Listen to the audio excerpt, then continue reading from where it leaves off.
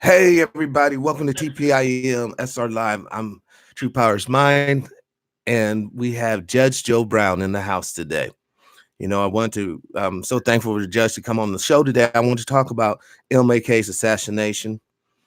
And then if we have enough time, also, I would like to touch on the impeachment process a little bit, because I've been getting a lot of questions. A lot of people are very anxious to know about the impeachment, if it will happen or not. But I want to turn back to time and ask Judge, when Dr. Martin Luther King died, uh, what was like his direction? What was King going in direction? Was he moving in kumbaya, or was he moving in direction of, hey, we need a fight for economic viability? All right, Judge, you there? Well, that wasn't what they were interested in him for. The civil rights thing was dead and done because people had moved on to what they call militancy. In other words, we have the right. Now let's get what we're entitled to, and no more nonviolence. Let's take it to the streets if necessary. So that was the attitude. What the FBI, from its internal memoranda, seemed to have been interested in was they did not want King galvanizing the anti-war movement like they thought he had the civil rights movement. And the other thing is they did not want him revitalizing labor. At that point in time, those two things were looked at as dangers to the Republic, at least by J. Edgar Hoover. So the truth of the matter is the Memphis Police Department's homicide squad was firmly of the impression that Ray was not the killer. They said he was not in town on the day in question, and one of the reasons that he got picked as the fall guy was because he was not, and that actually made it easier for them to do what they did. Ray was one of 3 to maybe 5 alternative scapegoats that could have been blamed. The actual shot was not fired by Ray's rifle. It was fired by an XM-21, which was a 7.62 NATO caliber weapon. That's a 30 caliber weapon. It was fired. Well, the fatal shot was fired from the fire station, not the flop houses, not the bushes. There was a 2-man hit team. The FBI received 5 of these weapons on invoice in late December 1967. The Defense Department wanted them back because they were experimental sniper weapons, and they wanted them for the NOM, and the FBI was ordered to return them. But on inventory, they could only find 4 of the 5, and the missing one is murder weapon. So do we have the reason there's so much confusion about where the shot came from is because the weapon was suppressed, which doesn't make it quiet like you see in the movies. Right. It just changes the sound signature a bit. The ammunition was not supersonic, meaning that it went past the speed of sound so that the bullet would arrive before people heard the sound of the shot. It was the other way around, and witnesses on the balcony heard the bullet hit King before they heard they heard the shot before they heard the bullet hit King. Subsonic. The FBI also got about 5,000 rounds of this special ammunition that matched the bullet pulled out of King's body on invoice as well in late December 1967. So you kind of got the FBI, who was behind it all, being the entity that was relied upon to investigate the matter, and of course, get a mess.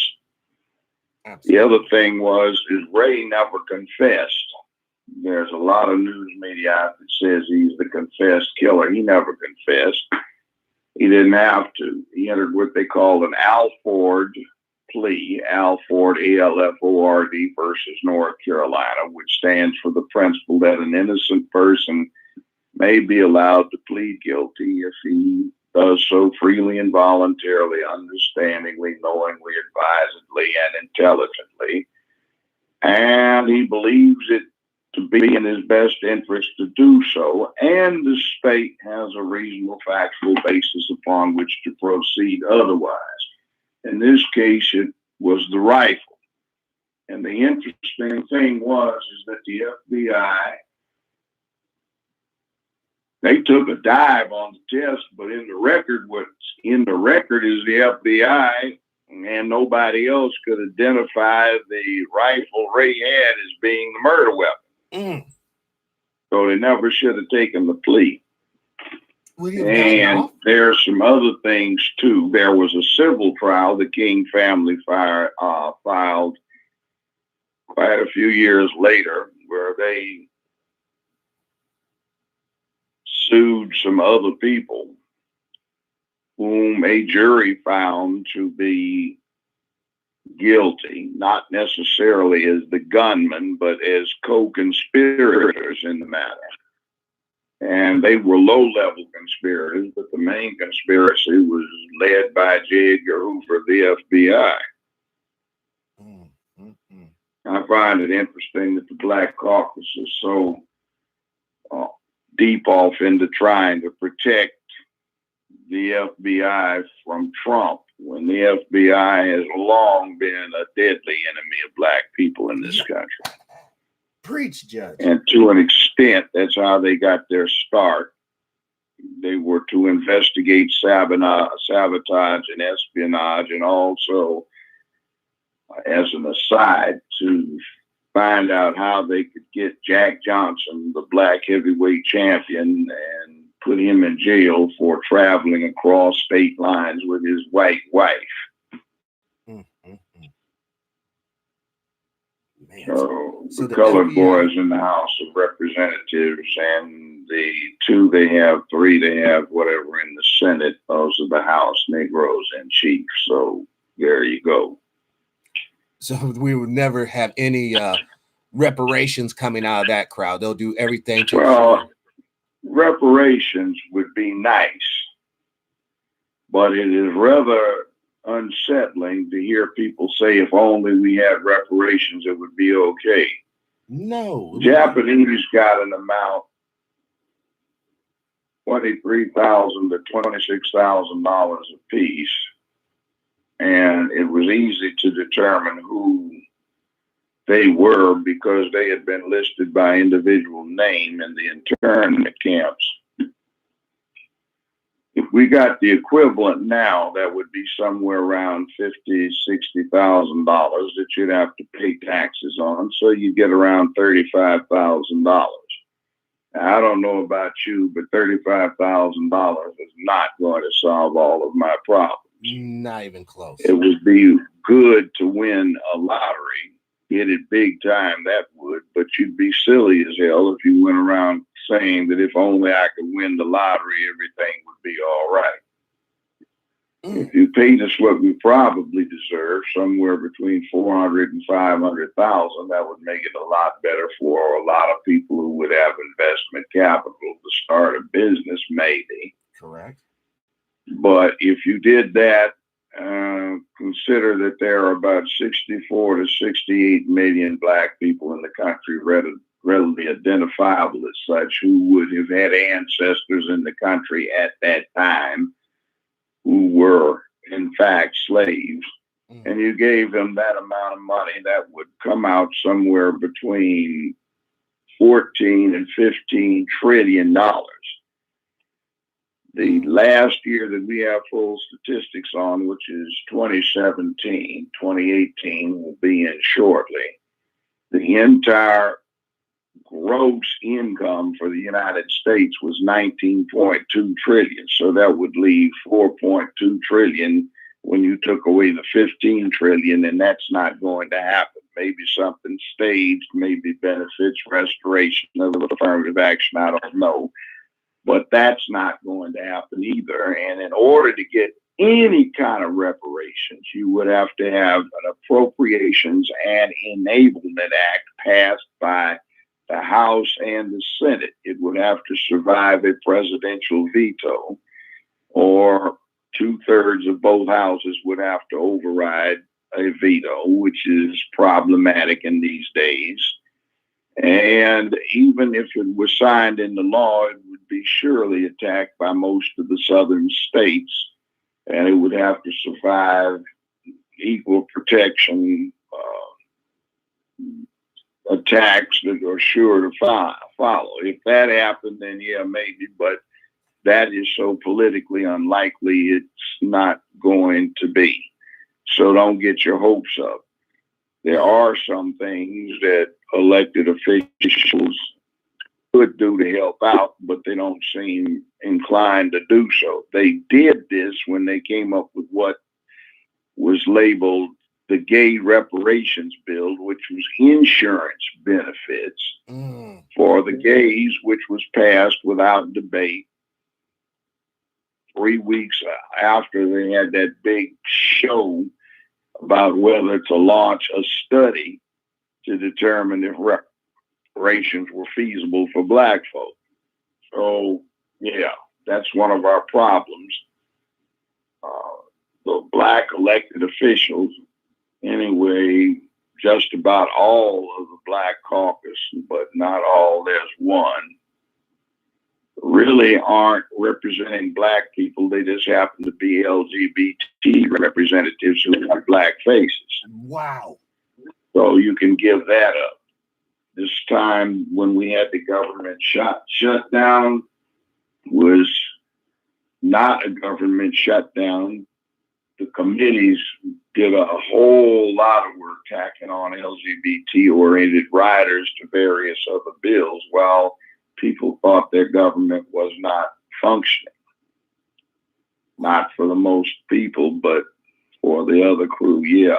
They've got a right to do whatever they want to do in their bedrooms and politically.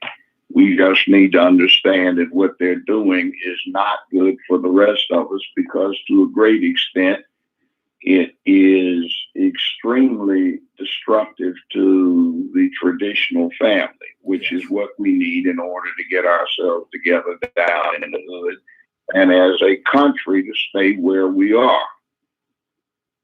So that's not a good thing. No, it's a horrible thing. The impeachment thing, since we're talking about Trump, that is such an embarrassment to the nation. Yes. Even Feinstein, California's top Democrat in the Senate, says that she thinks she's going to vote against impeachment because it's a matter that should be left to the people. And there's an election cycle that will be peaked out in about 9 months. Mm-hmm.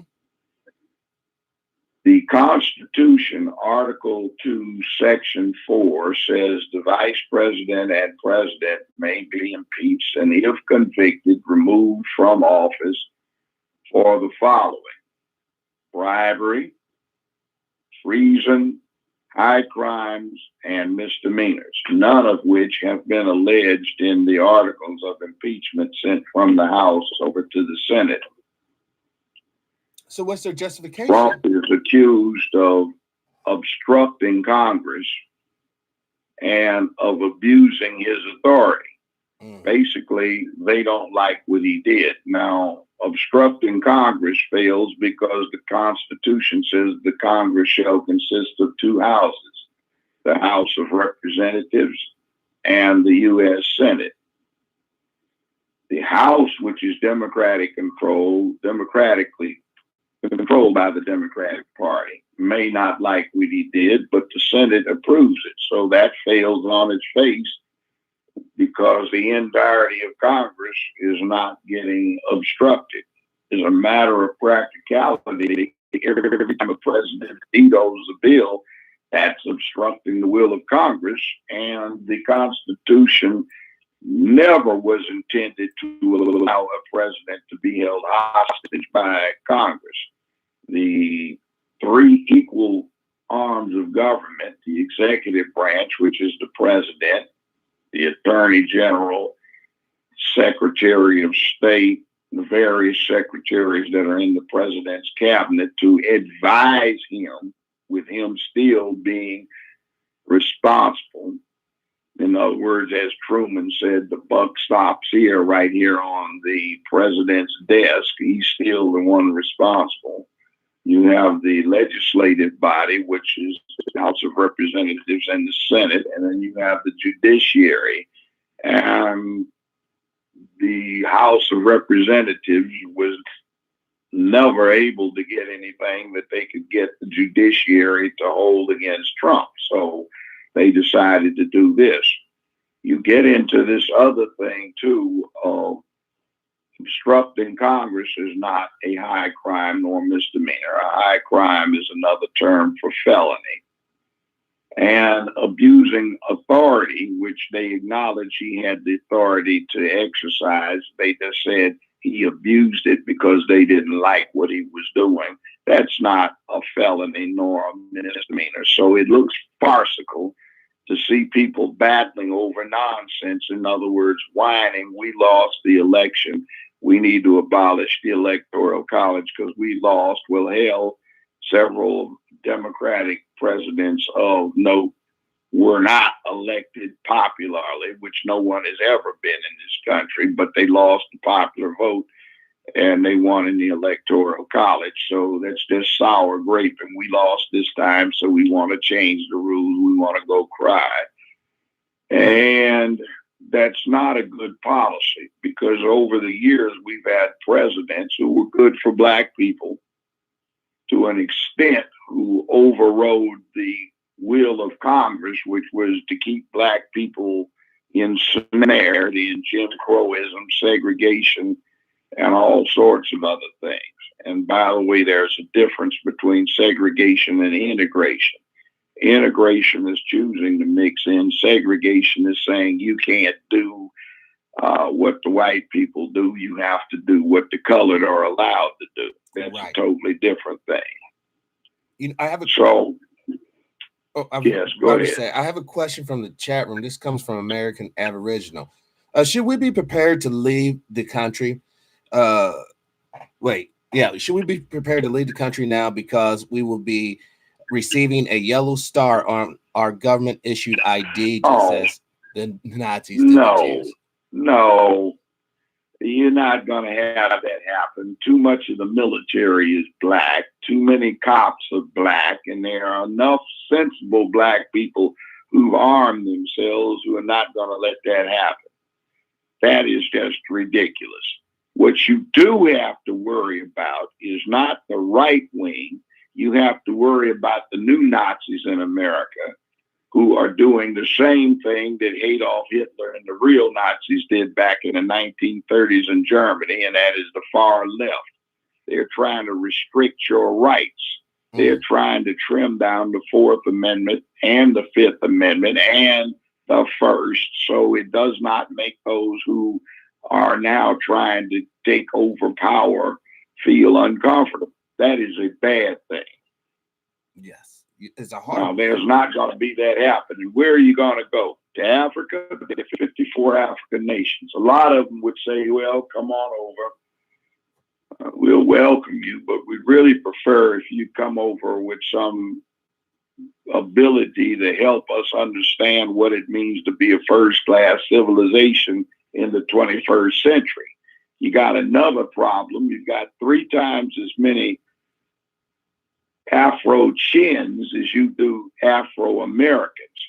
See, over the last 40-some years, China has had a policy to reduce its population. Right. So what has happened is selective use of abortion has resulted in a Chinese population that has 5 men for every 3 available women.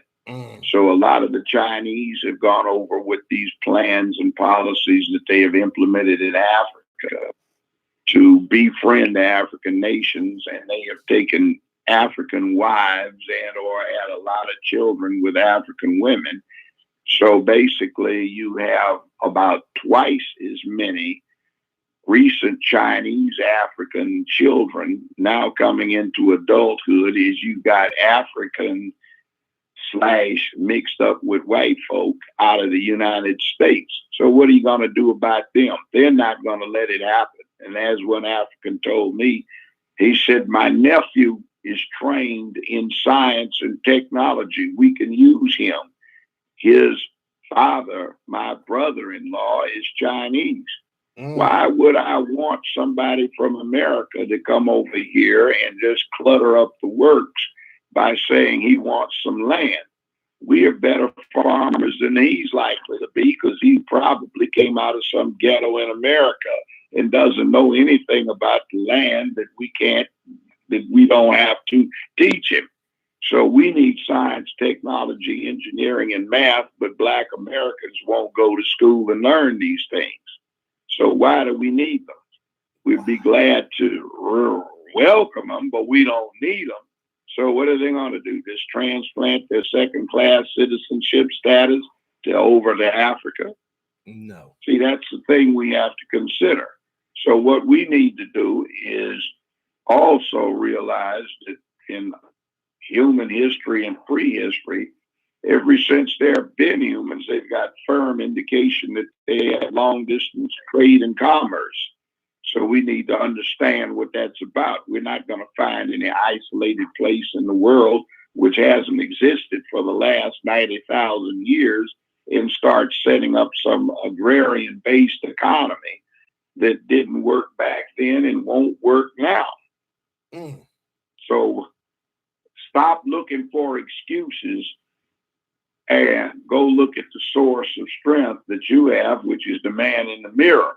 Right. And perfect that, get that together, and stop looking for some reason to say it'll all be okay if we have it's not going to be, because it's systemic. And there's no way on this planet with jet planes and instant communication, cell phones, satellite nets, computer networks, and industrial improvements, high-tech industrialism, that you're going to get where you are free from the effects of those at the top, which right now consist of the U.S., China, India, Pakistan, Russia, the Euro Union, Japan, and a few other places. And you need to start working on moving the rest of the world from being a backwater into a high-tech society for tomorrow. It's not going to get anyone anywhere to start going back into some mythical agrarian past. Right. That's my personal opinion from long study of the issue. I got another question from Brother David. Asked about the legal term Negro, Black, and African American and colored, and why that is not for us. There's no legal terminology on that. The only one that's really on most books that is harmful to us is the term colored. Now, why is that? After the Civil War, a lot of the very rich white boys down in the South who had run plantations and had accumulated money lost all of their sons in the Civil War. Under the laws that existed at the time, that meant if they had no one who would inherit, then the property all went back to the state. So a lot of them had some sons by some part-colored mistresses that they'd bought at high price, and they liked them, so they wanted to make them able to inherit.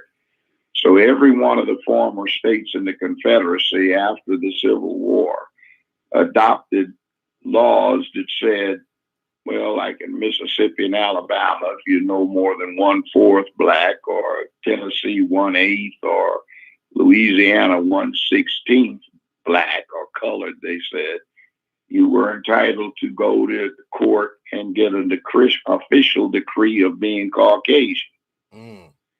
Oh, a lot of people avail themselves of that. Well, about 1928, 1930, 31, most of those states wiped those laws out. And they put some on the books that said anyone not heretofore declared Caucasian with any known colored ancestry will be declared colored for purposes or considered colored for purposes of this statute. Since they couldn't go back and reverse it for those who had gone through the process, it eventually just came anyone with any known colored ancestry will be considered colored for purposes of these statutes, which meant that you could be restricted. You had colored water fountains, colored bathrooms, segregated housing, segregated schools, and it was what it was. If a white guy wanted to use a colored fountain, he could, but you couldn't use a white fountain. Right. If he wanted to use a colored bathroom, he could shoo you out of there and he could use it, but you couldn't use a white bathroom. Same thing with as late as mid 1960s, 65, 66, 67. The University of Illinois, their campus in Chicago was segregated. Black students couldn't go where they wanted to go on campus. They couldn't eat where they wanted to eat. They couldn't stay but in certain restricted housing. By the way, Hillary Rodman came back from Wesley University, an all-girls school. She was a Goldwater girl, a Republican, and she was campaigning to keep those same facilities segregated. And also a year later, when King came to protest the segregated suburbs outside of Chicago, she and her family were trying to keep them segregated, but everybody wanted Miss Hillary. Mm-hmm. Not everybody, but a lot of the colored. So colored has become a pejorative, but it was one that replaced the Nigger pejorative.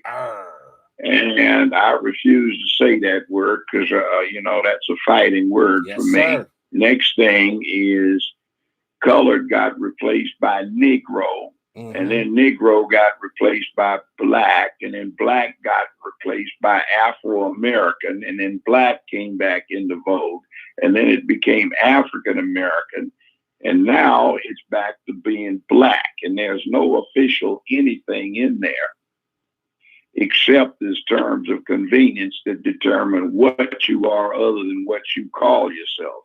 Right. Now, those who want to use the N-word because their great-great-great-grandmothers back in the early 1970s and late 60s who were collecting checks and having as many babies as they could so they could get a bigger check, those whose great-great-great-grandmothers who are still alive got to calling all of their children that because they despised what they were and despised these babies' daddies.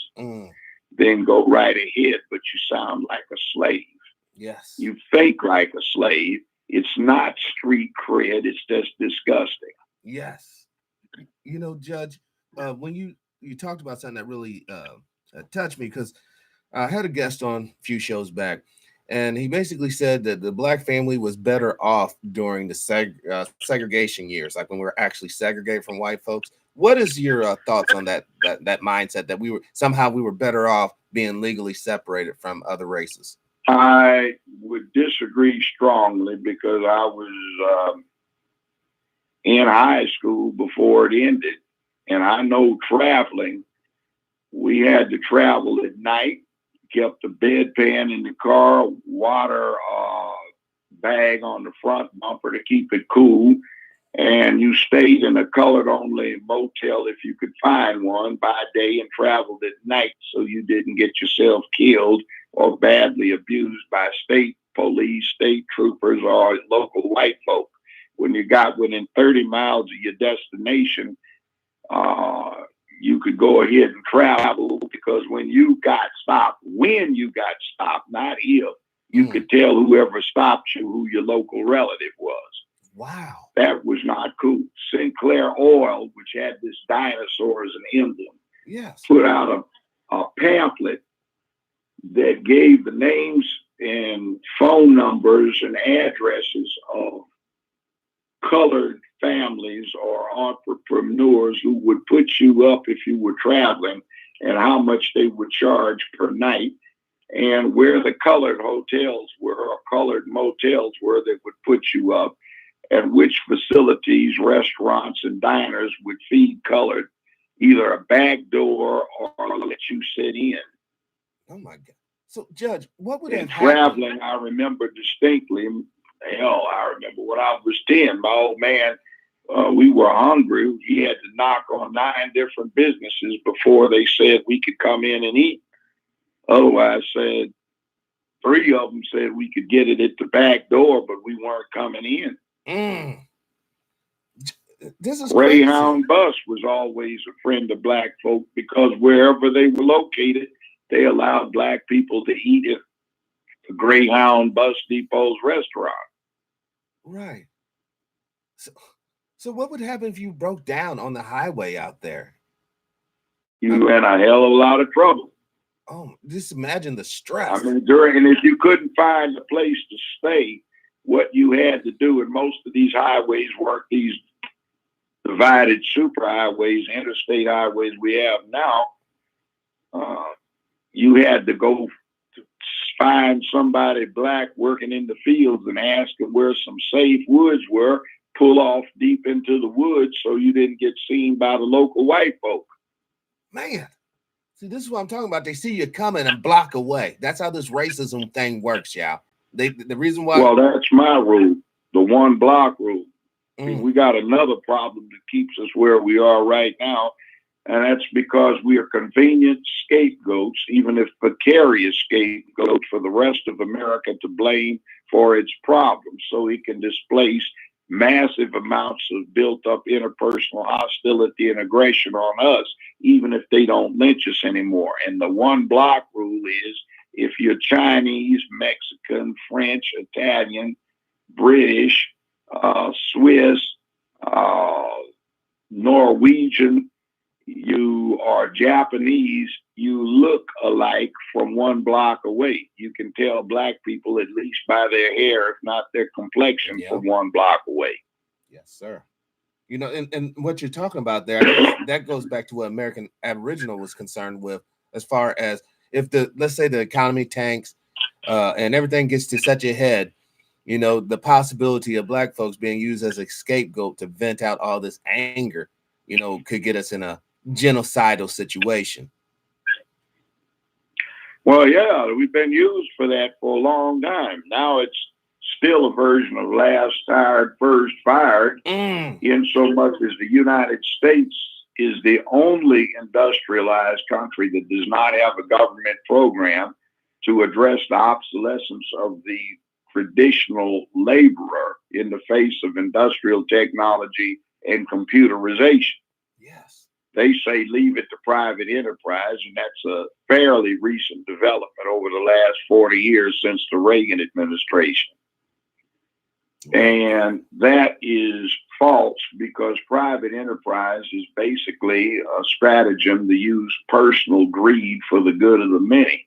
But sometimes that breaks down and there's no discernible reason for a corporate entity or a rich individual to go help the downtrodden or the thrown away to get back into the game, unless you were like Ford, who was a racist, but he even played his black employees a good wage so they could afford to buy the cars that his company made.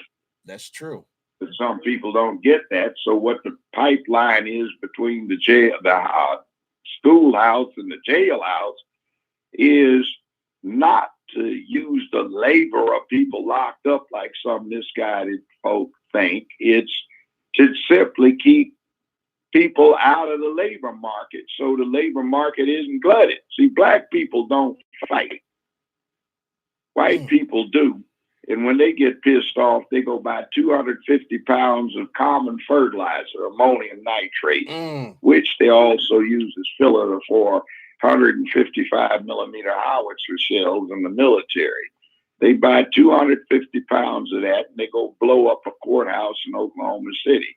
By the way, that fertilizer, when sensitized by known methods, becomes 1.5 times more powerful pound for pound than TNT. Wow.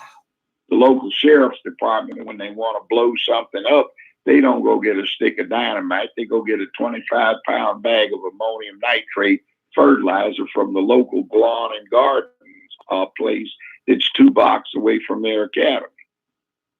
And they get busy. So there are no controls over that, and all the colored running around talking about, oh, we need to control guns, too much violence. Well, thing of it is that, hold on, that alarm is going on. Oh, no. Man, we are so... Well, you know, these people want to disarm everybody because they think it'll make them safe, but the real people get made safe is not to disarm everybody, which makes you vulnerable to being lynched or exploited, but doing something about raising boys properly inside the home. Right. One of our big problems as a people is our inner cities have become matriarchies, and the boys are not raised by fathers. We've got a situation where 84 to 86% of American black folk 20 years of age and under are born out of wedlock. They don't have stand-in fathers, read good uncles, good grandfathers or stepdaddies or even boyfriends serving that function. They've changed the welfare program, but there used to be a thing where, well, the number of children you had to determine how big your check was, but they got away from that, but it became part of the culture. Right. Right. So we had movies and television shows and black folk out on the streets doing things progressively. They had on suits and ties, and the women were dressed respectfully. But what happened was that changed, and Hollywood decided to make things exciting, put on the occasional blaxploitation movie that black folk would flock to and keep up a cash flow that they needed. And it started glorifying dysfunction. So from the brother who was trying to go to school, who was trying to get his neighborhood together, you wound up getting glorification of the thug, the drug man, the pimp, right, the hoes, the thieves, the misfits. And you got a series of black writers and directors, I won't mention whom and what, or celebrities who got where they were by bad-mouthing black men or making them look bad, which is what was wanted. So they prospered. They become the voice of black people, but they also become one of the main sources of our dysfunction. Mm-hmm. So it's a poisonous thing. And to the uninitiated out there, he's, you know, I'm going to take some liberty here. He's referring to folks like Oprah Winfrey, Bill Cosby, that yoke. I'm not talking about Cosby so much. I don't have any problems with Cosby. Cosby was one of those who way back started into it on the heels of Sidney Poitier. And what they were doing was talking about, you can be a black family, you can have hard roots, but you too can go to school. And if you go to school, look what you get. Look the kind of problems you have rather than the awful kind of problems when you're on a subsistence level. Right. See, what Cosby's mistake is he was a nerd. All right. And what they did to him, they tried to do to me when I first started my shows. I'll tell you a story. The show hadn't been going but a month or so, and it was turning out to be a big success. And the studio, which at that time was Big Ticket Television, which was under Spelling Enterprises, had a big thing at the Beverly Hilton Hotel. So I was a bachelor and I'm dancing. You know, I like to dance then. I was dancing with these movie star quality looking women and all of this. And I wound up talking to one. We hit it off. We wound up at a table. We were there. And she got up to go to the ladies' room. She came back and says, you know that guy in the gray suit? I said, yeah.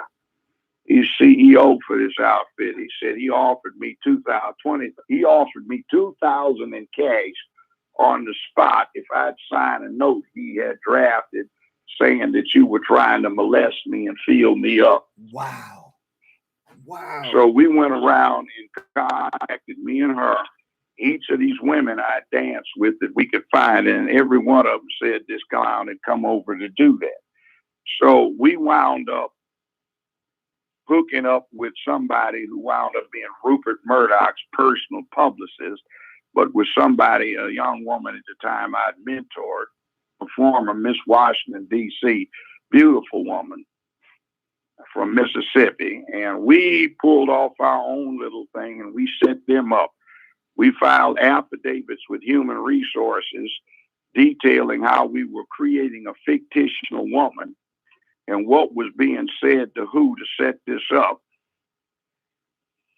And lo and behold, they come up with a letter from this fictional woman claiming that I molested her. So when they wanted to raise hell about it, I just had my witness who set it up come in, and we got the sealed affidavits from Human Resources detailing what we had done.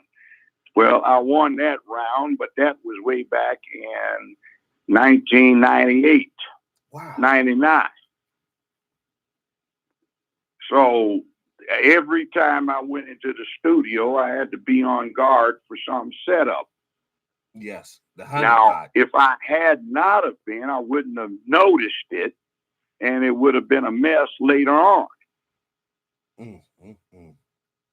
Now, you was a little older, though, when this went down, right? You wasn't like, extremely young. No, I wasn't young. I was in my 50s when Hollywood discovered me. Wow. So just think if you was in your 20s, though, how, because a 20-year-old guy ain't thinking on that level. He just isn't. Just think how you could have got caught up in that honeypot situation, and then they could have altered your TV personality. And like, Judge, you are going to push this LDTB taste of rainbow Skittle deal, or else. And then you'll be like, how's the boss, or go to jail. Yeah, exactly.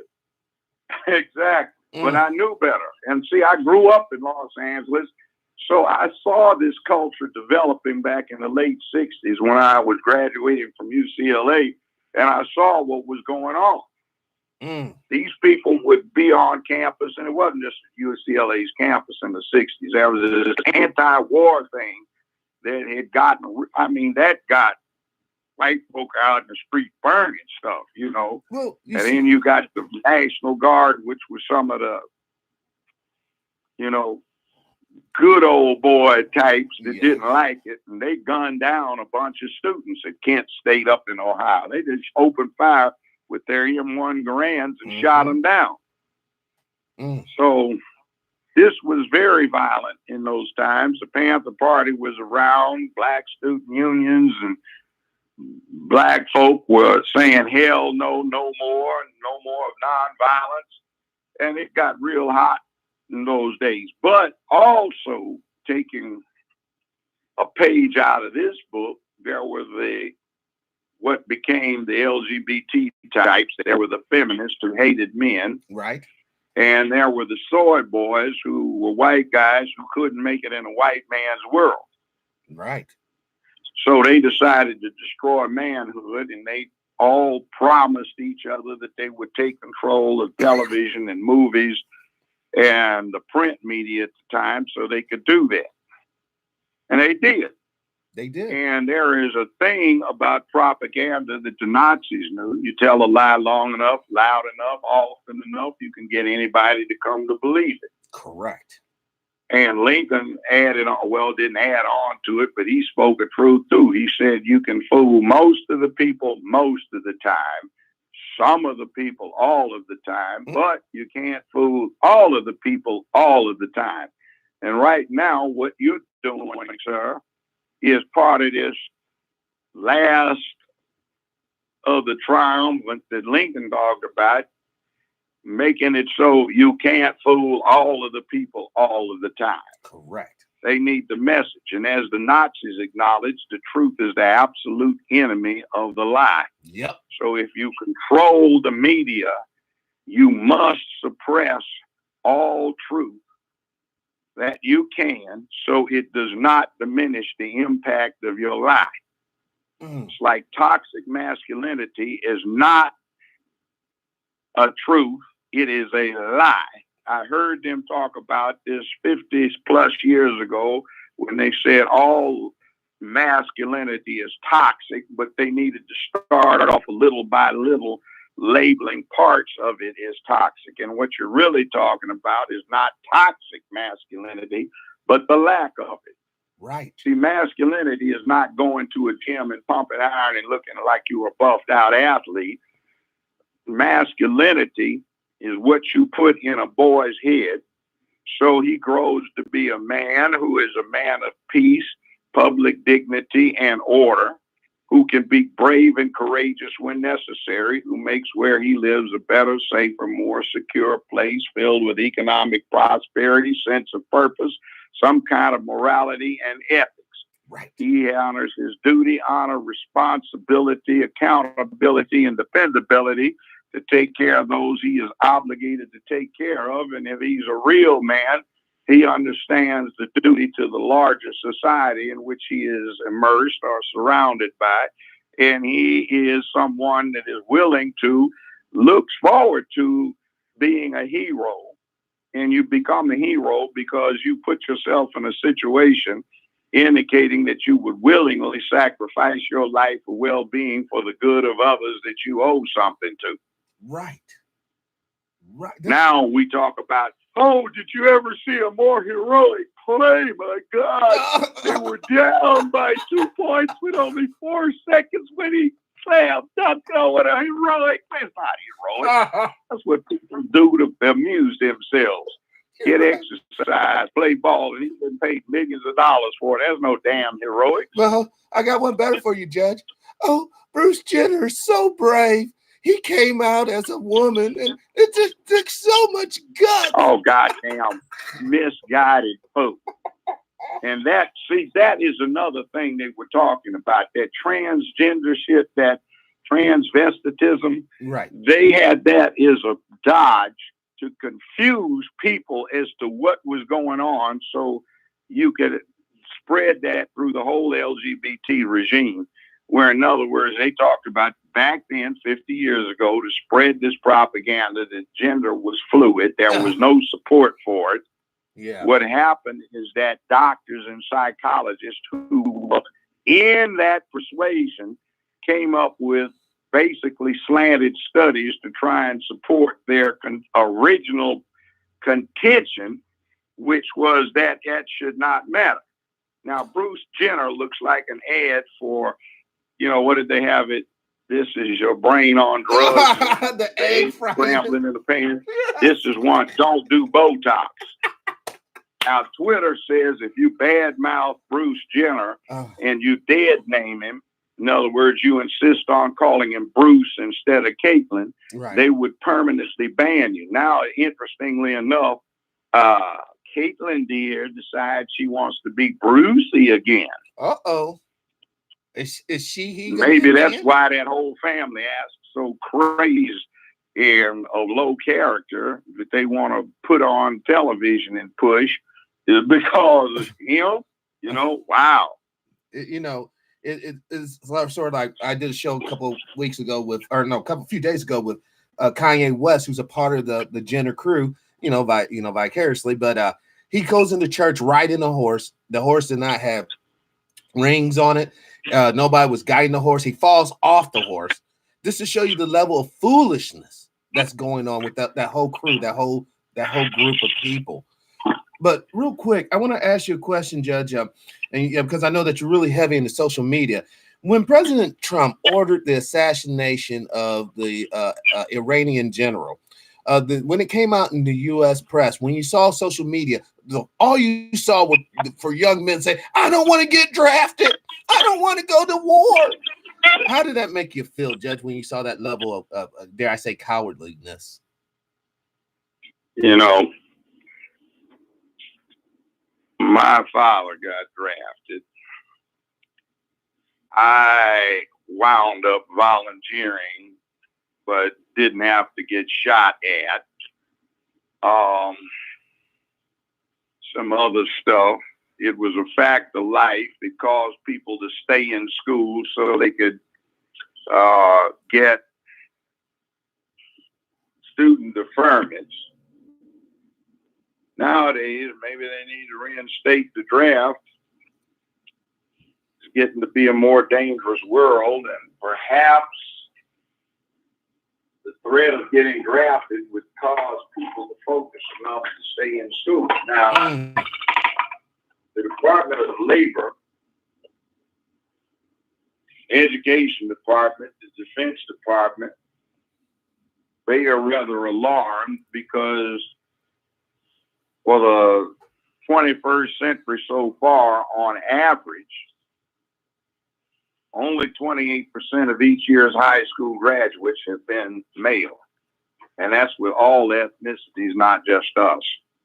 Only 32% of the college undergrads have been male, and only 36% of the college grad students have been male. And this is the bad one. Only 44% of the workforce has been male. Wow. Now, there's another thing, too. You hear over and over how women are not paid the same for the same job as men. Well, 36 and above, that's true. But from 35 and below, it is not. Women are paid more than men are paid for the same job. In fact, some of the high-tech companies had to settle with a bunch of men because the men weren't getting paid what the women were getting paid for the same jobs, even though the women were taking off family leave a lot, particularly since they tended to be single mothers without a husband. And that just shows you how far it's gone. You can act on your own recollection on this one. Have you ever heard of a take your son to work week? Nope. Take your daughter to work, for not son. For 50 years. Take your daughter to work week. I've seen it in the workplace. All the daughters show up down in the offices. You don't see sons. And then you see you switch this in school, elementary and junior high schools. You can't keep score because somebody's feelings might get hurt. That's a girl thing, not a boy thing. People get appointed class president so they can see what it feels like. They don't have elections because somebody's feelings might get hurt. They don't have to go to gym class anymore, which is why you see so many fat children. One of the reasons why. Kids don't walk home from school anymore. They take the bus or they get picked up. The workday is screwed up because school starts at 7:30 for the youngsters in some places. So single parents got to go drop the kid off.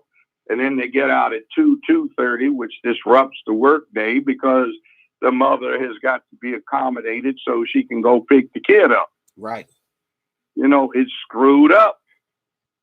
And this is all by They've design. got this new thing now where you can work from home because a lot of stuff is done through computers. But that helps the thing out. But I think they need to start swinging back to sanctions being imposed because somebody's in a single parent status that didn't come from divorce or death. They came from just loose legs and low morality. Yeah, I was in high school and I was shocked to see what I thought was a parent show up with booty shorts with some of her butt cheeks showing out of the bottom of her shorts, sandals on, and a halter, and about 7 months pregnant, and obviously pregnant. So I said, man, wow. And I said, is that a student to the principal? He said, no. Is it a parent? said, that's a bad impression. He's not a parent. And I looked at him. I said, oh, you got to be kidding me. He said, yeah, it's a teacher. We can't impose a dress code even on them. Oh, a teacher. But a kid can't walk to school with, I love, like America's shirt or something, any of these political slangs, whatever. A kid can't go to school. A kid's being spied on through the little tablet that they take home. But these teachers are allowed to walk around like damn, streetwalkers. Harlots. Yeah. Yes. And see, here's the thing. You have to watch what these people are doing. Some of it's getting sick. Like right now on the East Coast, there is a move afoot to come up with a new category of rape. It's called rape by seduction. In other words, if a guy takes the girl out, wines and dines her, and they kiss by the moonlight, walk hand in hand, and they kiss passionately, the clothes come off and they have sex, that's supposed to be rape by seduction. Right. They want it so that before they go out on a date, he can ask her permission to seduce her. Ma'am, do I have your permission to seduce you? Yeah, they want it to be a law that a literature, magazines, books, movies, TVs should be labeled. Warning, may be sexually arousing to young adult females. Wow. So, does this law apply to homosexual priests that grooms little altar boys? Does this law apply to that? Yeah, well, that's been going on from time immemorial. You go to a Renaissance museum or take a look at the Sistine Chapel and you see all these little naked cherubs with little penises, and all of the guys like Adam on the Sistine Chapel with his dick hung out. That was pedophilia. That was pornography. So in those days, they didn't have pews. The monks could lay it out on the straw on the floor, hike their robes up and jack off, I guess, looking at the ceilings while the candlelight made it look like things were moving. Oh my God. But one of the things, too, about how Bill Cosby got in his mess is that a lot of these women that the stars encountered in the guise of sex, drugs, and rock and roll, sex, drugs, and movie stars, sex, drugs, and athletes, sex, drugs, and actors, sex, drugs, and celebrities, they were bisexual. Right. And when their efforts to jumpstart problematical careers because of their lack of talent through the judicious application of sex didn't work, then they became disenchanted, and you ran into those like Gloria Allred and her daughter, who convinced them that it wasn't their fault. They got abused by these awful men. And you have to remember, Hollywood hates straight black men the worst. Right. And so much of what they put out reflects that bias. They've got another thing, too. They started an actor, white or black, out in a career playing a gay character. And then they morph him into being a macho man in the character.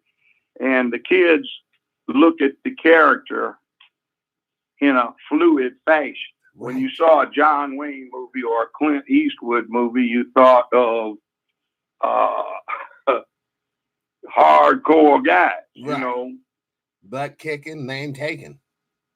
Yeah, and all the roles they played were that way. Now, like this guy that played the Black Panther, he also played Thurgood Marshall, whom he looks nothing at all like. He played Jackie Robinson, whom he looks nothing at all like.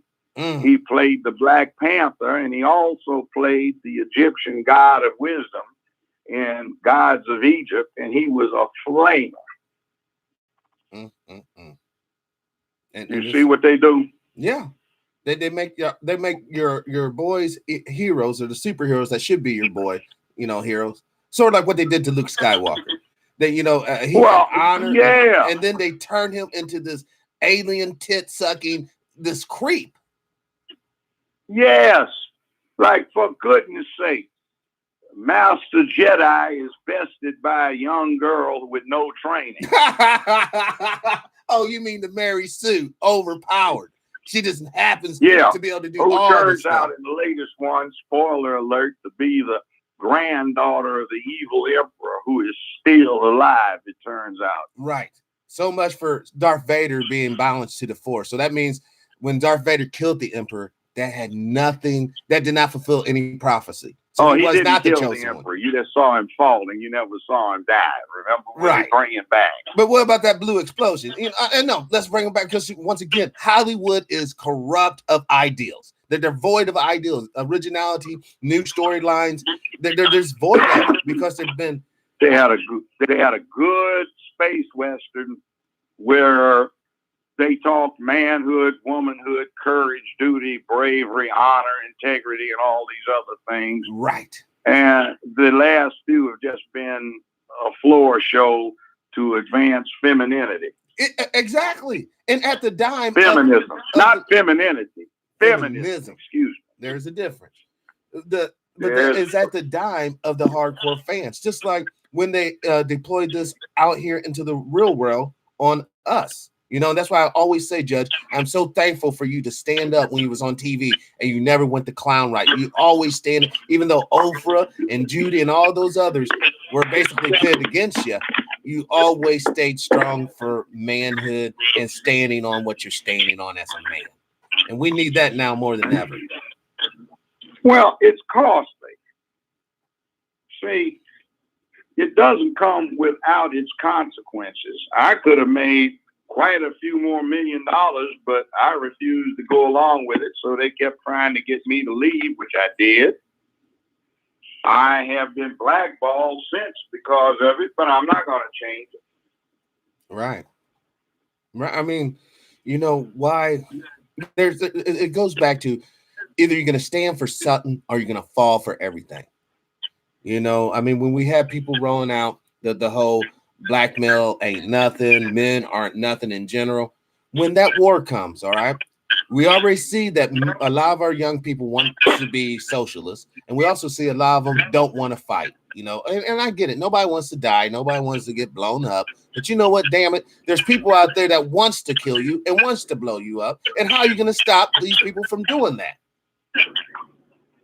That's all I'm saying. Well, all of the above. But one of the worst things that happened out of the 60s that was nominally a reaction to the Nam-War was this thing, boys should not be allowed to play with cap guns, water pistols, or war toys or anything like that.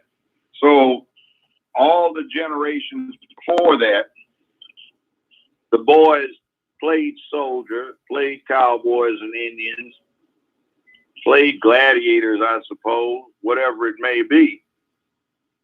But what happened after that is the boys couldn't play these things, so they became less warlike, but they didn't become less violent. Right. See, therein is the difference. Violence is quite different from warlike. Warlike has rules. You know, war crimes, Geneva Convention, Parley, white flag of truce, you know, talk about it, treaties, you know, give quarter, you know, surrender, all of these things. But see, when you have a lack of masculinity, the violence is insane. And the real problem with it is humans are not weak. Right. A fit human has more endurance than any other terrestrial animal on the planet. Wow. The Australian Aboriginals have festivals that last several days where these guys take a water skin and some dried food and they run for 3 or 4 days to catch the game. They're nonstop. They don't sleep. That's why wolves and dogs got along so well together, because wolves and dogs, well, wolves and now dogs are the only animals that have the long distance endurance of humans. A wolf or a horse can outrun a human in the short run, but in the long run, nothing can touch us. So as long as we stay with the marathon stride, we can outrun the lions, tigers, and bears. Yeah. And we are the most successful, the most vicious, violent killers in the planet's history. If they really did have a T-Rex that escaped from Jurassic Park, or even a bunch of them, they'd probably be on the endangered species list because we'd be putting them along the wall. And putting them in our I have belly. a theory that one of the reasons humans prospered in the face of lions and other stuff on the African plains and saber-toothed cats and lions in Europe is because we did not compete for the same game. Right. See, all other predators take out the young, the aged, and the sick. Humans, what do? We go after the trophies, the biggest of the bunch that no other predator wants to touch. See, we go after the biggest bull elephant or biggest bull mammoth or mastodon. The lions and saber-toothed cats, they didn't go after the bull. They stayed away from it. Because he could hurt them. Yeah, but we took them on. And see, that's us. We are the world's most successful predatory beast. And that ability to kill manifests itself in us doing to ourselves exactly what lions and tigers do to each other. They fight when they're in competition. They've observed chimpanzees having wars now. What, do you think they learned that from us? They kill each other over territory. So it's deep within us. So there is this thing called masculinity that when you pound it into a boy's head as he grows up from infancy on the way up, act like a man, son. Man doesn't do this. A man does that. A man does this. Man doesn't do this. Act like a man, etc. Over and over. Like when you saw the original Star Wars, Yoda is always a Jedi does this, a Jedi does that. A Jedi is strong. A Jedi, anger he controls. You must, right. All of these admonitions as to what it was to be a good Jedi. Well, I like the stuff because the same thing that Yoda was saying about what you do for a Jedi is the same thing you do when you talk to a boy trying to make him a man. But nobody does that anymore, or not enough. Well, Judge, how do we counteract? I'm just throwing this out here. Say you have a religious institution and they're pushing, telling boys, you need to turn the other cheek. When someone comes against you, just need to forgive them. It's okay, just to bow down to Caesar. How do we kind of tamp back from that and get to a point? Because I think what's happening here, let me tell it like this.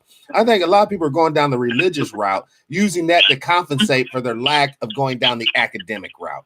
They're not book learned. They don't understand science. They don't understand evolution, but they do understand a Bible written by people out of the Stone Age. They do understand that. And they use that to control the young people. How do we tamp that back and get to a place where we can evolve psychologically, scientifically, and be more economically productive in the world in which we live? Okay, you have to understand the Bible is allegorical. Okay. Turn the other cheek. You know where that comes from? Where? Jews got made citizens of Rome. And at one point, 2nd century, Rome had 180 million citizens. Wow. That's as much as the United States had in the late 1950s and early 1960s. Wow. Everywhere in the Roman Empire, on average, this is historical, about every 7 years there was a Jewish uprising. The Romans were giving second thoughts to the Jewish status in Rome. And there is a theory that Christianity was made into such from just being a Jewish sect so that it would distract the Jews from always becoming warlike and rising. So turn the other cheek was an admonition to, hey guys, let's back down off of, getting up in arms. See, there's a thing about why Jesus did not get picked by the mob to save when this thief did. That was because the mob took him to be the Messiah. The Messiah in Jewish legend is supposed to be a great warrior who will lead the Jewish or Israeli armies and people to military success. Right. When he rides into Jerusalem on the ass on Palm Sunday, they think what's going on is he's going to lead this uprising to be free of the Roman yoke. And what he does is nothing. And historically, 480, 500 Jews got slaughtered by some detachments of the local legion. Josephus, who was a Jew but a Roman historian, wrote about it. So, you know, there is that. And see, as a Roman citizen, you had certain rights that the U.S. still copies to this day. See, Jesus says a Roman citizen had a right to trial by a jury. He did not exercise that right. He had a right to be represented by a lawyer. He did not exercise that right. He had a right to an appeal, which he waived. But Pontius Pilate says, I'm going to give him his final rights as a Roman citizen, which their ultimate appeal was to the Roman people, to the mob. So he presented it to the mob, and they declined to give him any slack because they looked at him as the reason they were missing 400 to 500 relatives. No one tells you that side of the story. See, yeah, and then look at our government. We have the House of Representatives, which is based on the Roman House of Plebes, which is the common elected man who actually could veto acts by the Senate. Then you had the Senate, which you had to be appointed to, but that became hereditary. Right. And we had a Senate which was not elected. It was appointed by state legislative bodies. That's true. That is true. And we put in the modification, we needed a chief executive because we saw what happens before you get the Roman emperors. They had a long series of civil wars. And we even have one of them. You know, Judge, and what's the likelihood of us participating in another civil war here in the United States as we become more polarized as a nation? Well, the polarization is going to be a dead issue very shortly, in that in about 30 years, it looks like the United States will no longer have a majority race.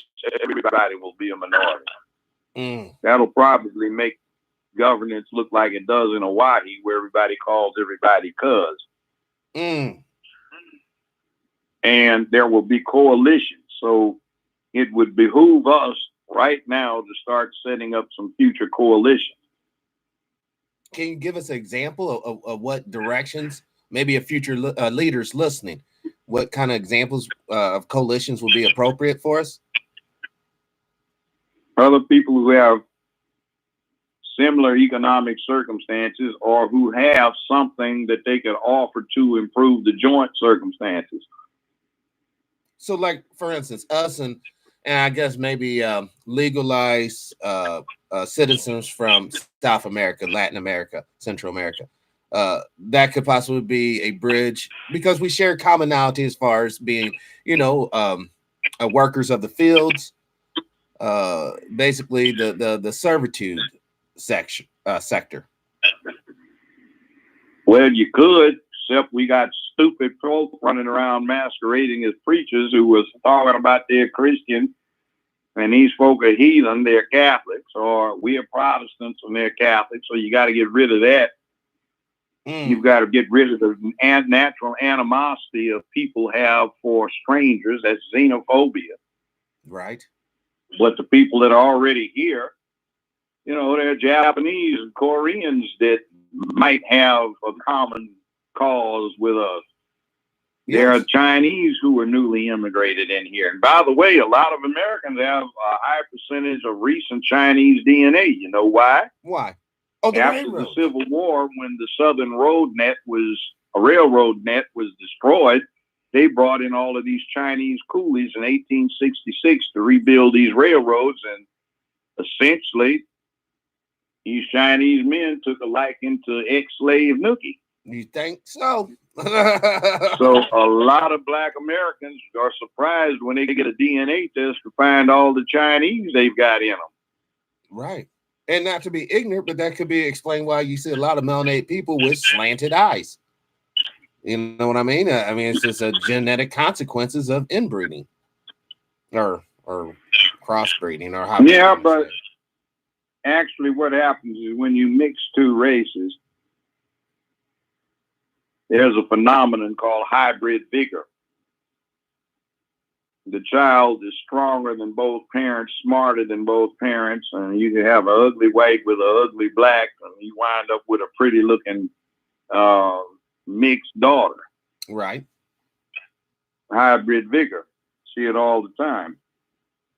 Well, see, this is what's so important about having science. This is what's so important about learning mathematics, and this is more for the younger folks. You know, don't go down the stupid world way. Oh, things are will overcome. You're not going to overcome. There is a system in place designed purposefully. If you don't have education, there's no way you will ascertain true liberation. They do go hand in hand.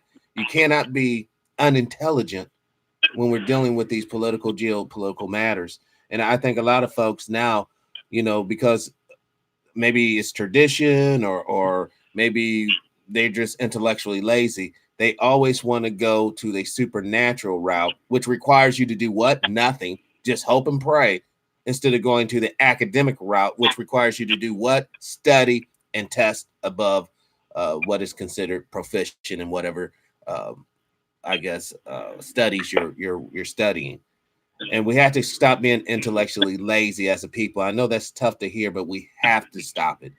We have to rebuke uh, idolizing unintelligent men and women just because they may be pretty or athletic. And we have to start valuing the nerds, like Brother Bill Cosby. You know, the awkward brother or sister who is extremely intelligent. We need to start investing in that aspect of us because I think a lot of times, if you don't meet the stereotypical ideal of what it means to be black, then you're often overlooked by the primary society and your racial society. Okay, here's another little thing to throw in the mix. All throughout history, the people at the top have been smart. They've been nerds, but they can also fight. Right. Black nerds tend to be just nerds. They never learn karate or how to go shoot. They should. Yes. Now, with that said, we have to understand that we have a culture that values survival, black culture. The black man has survived in America. He should be proud. No, we should be embarrassed. See, everybody else that's made something has a thing. White folks say, give me liberty or give me death. I regret that I have but one life to give for my country. They balls out. We don't. We need to start doing that. Our culture is survive so the next generation can keep on with the struggle. Hell, but they aren't getting it damn where. Man. We aren't doing what they need to do in school. We aren't putting in our heads entrepreneurialism. We don't understand the needs that you have to have put in place for business. Mexicans cross the border. There's 15 to 20 of them staying in a 1 or 2 bedroom place. And then 20 years later, they own convenience stores, gas stations, part of the franchises for tire shops and stuff. And they're making money and everybody's cool and their kids are going to college. That's what it's about. What are we doing?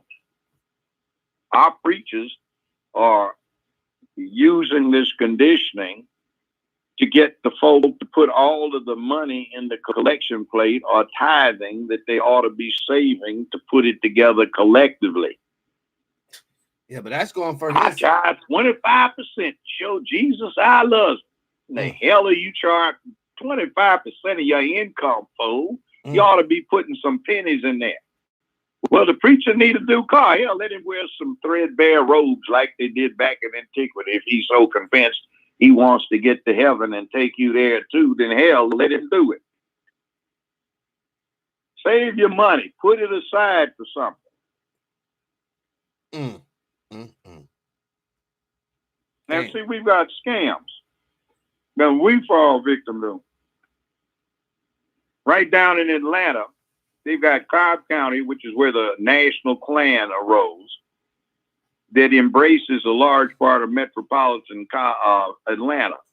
Right. They've got a scam going down there where gay boys, white boys rely on educated black women who are sick of black men. They've been told we're so bad. They get a white boy who tells them that he's had a vasectomy. He looks like he's got a lot of money, but he doesn't have a vasectomy. He gets them knocked up. They say, oh, well, I'm getting up there. My biological clock is ticking. Why not? I'll have it. Hell, even raise it by myself. The baby is no more born, and the guy files for custody and child support. Turns out he didn't have any money, but his boyfriend or husband or brother had the money. And if it's a brother, the brother's in a gay relationship with another boy. And what they're all looking for is to have some kid they can get from a black woman who is exotic, half-breed, that they can bring in to be the child that the boy and boy two-dad household has. And the guy that's the father doesn't have to worry about it because either his boyfriend or his brother and the brother's boyfriend will be taking care of the kid, and he'll be getting child support from the woman. It's a game. It's being run over and over, and nobody's doing a damn thing about it. And there's some horror stories that are coming out of it. So these white homosexuals are knocking up. But see, we run into this kind of thing. It's stuff that you need to be aware of. Yes, it is. Yes, it is. And but the sad thing about that, Judge, how are they getting custody of the child? I thought it was supposed to be like, because the courts are doing this. In other words, I'm aware of one situation right now, which involves the same guardian ad litem, who also represents the fathers who are trying to get the custody. And there is a current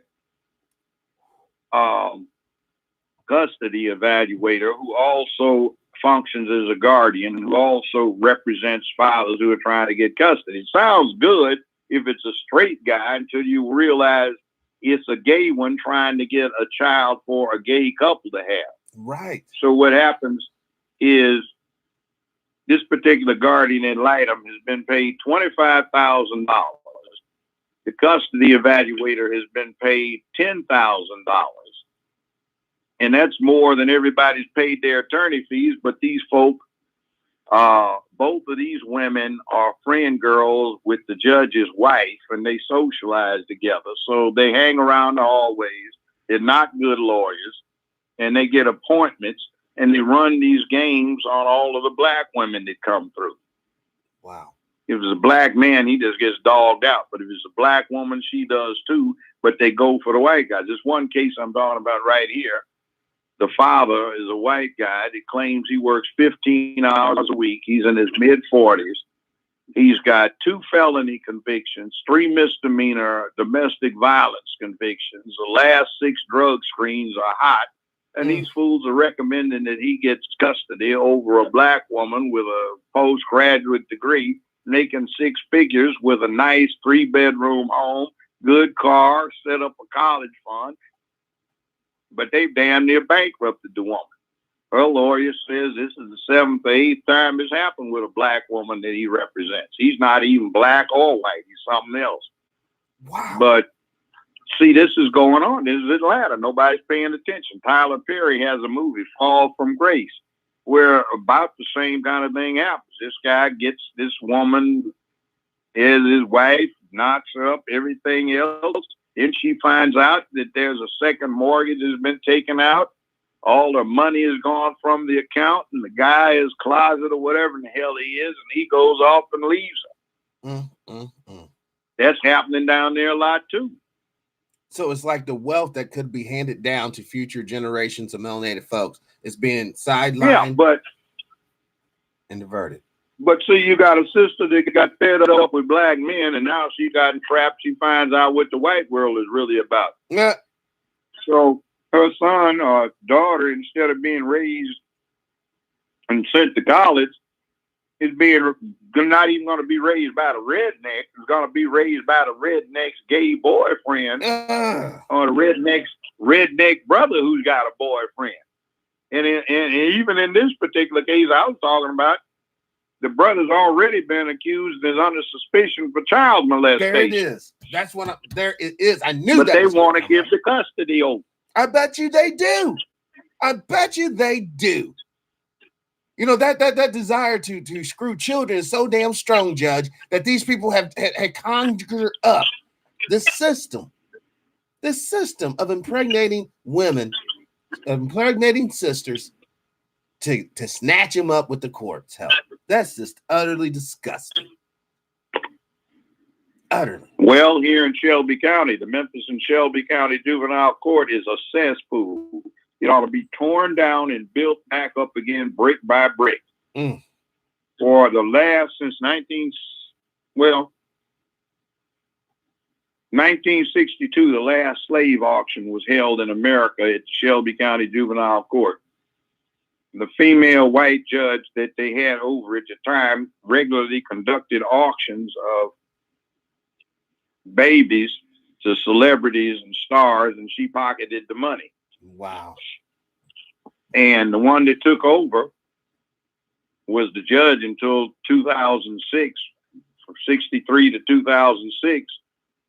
Since 1982, he had not been permitted to hear cases because he only had a 6th grade education. So he appointed his whole crew of lawyers to do what he could not do because of his educational infirmity. And he just sat there and privatized everything.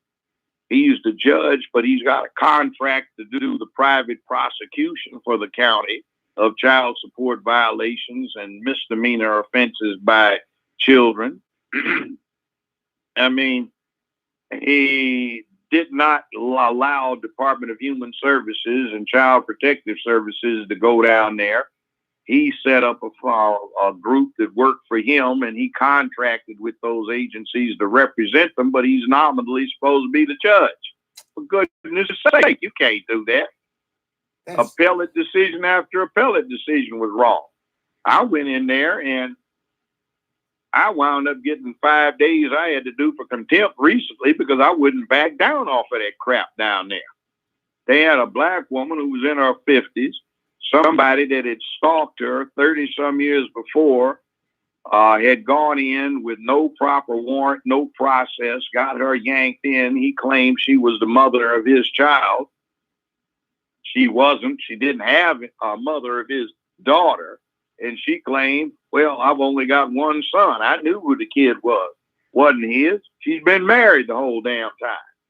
So that got dismissed. And then 5 years after that, they bring her back on the same thing, arrest her, tell her she has to quit her job or lose her job, which is a 6-figure job, to answer this mess. There's no signed warrant, nothing. Process is expired. And this asshole down there tells me he's got a golf game. He doesn't have time to deal with it. And she's got this arrest warrant. Wow. But, you know, they don't have lawyers with balls like that anymore. No. And they're actually being harder. I started practicing in this area, it wasn't even 2 years since they had integrated the courtrooms. Or desegregated the courtroom, meaning black defendants can come in the same courtroom at the same time as white defendants. But, you know, did that segregated courthouse ever work where you would have an all-black jury for a black defendant and an all-white jury for a white defendant? You didn't have any all-black jury. So what about the segregation? I thought we had all-white jury. Yeah, but hold on. I thought we were supposed to be segregated. If we're going to be segregated, let's be segregated. It is. The white defendant, the black defendants couldn't come in where the white defendants were. Black lawyers couldn't sit at the counsel table when white lawyers were sitting there. Wow. But you got an all-white jury. But you would never have an all-black jury for a black case. Like, it's like, you know. No. See, that's and see what Oh, go ahead. What would happen, see, is like even now here, only 19.1% of the registered voters in the city are white. Only 28.6% of the registered voters in the county are white. And yet you see all white juries. Why? Because the black prospective jurors are all scrambling to get excused from jury duty because they don't want to miss work or they don't want to be bothered. And then they're whining about justice and just us. Well, yeah, it is if you get your tail out of jury duty. Right. That is right. You know, these people, they play the game. They play the game so expertly. And once again, if you go into the game with a hope and a prayer, you're almost guaranteed to lose because you go into that courthouse talking, oh, God will make it okay. You don't bring no evidence, nothing tangible. You're going to get a result that's probably less than satisfactory. What happened? Why haven't you been able to retain your attorney? Well, preacher told me I needed to tie to Jesus so he would defend me. So you gave this to your preacher? I'll tell you what. I don't recall that Jesus has a license to practice law in this state. You know, what does bar mean? What when we talk about the bar, what exactly does that mean to the people? There was traditionally a bar around the front of the court that only officers of the court were permitted to come in front of it. So the bar are those people who are officers of the court. That's the bailiffs, the clerks, the secretaries, the stenographer, and the lawyers. A lawyer is an officer of the court. Therefore, he's a member of the bar. Those entitled to come in front of the bar is to address the court. Now, in England, they have a better system. Over here, to become a doctor, you need 2 years of medical school. To become a doctor of law, you need 3 years of law school. But whereas in England, after getting the 3 years of law school, you had to be with a house and go through an internship and a residency like doctors do here before you are allowed to either be a barrister or a solicitor. A solicitor is a lawyer who does the paperwork and prepares cases. A barrister is the person who's on the other side of the barricade who actually is permitted to address the court. He's a trial lawyer. So that works out fine.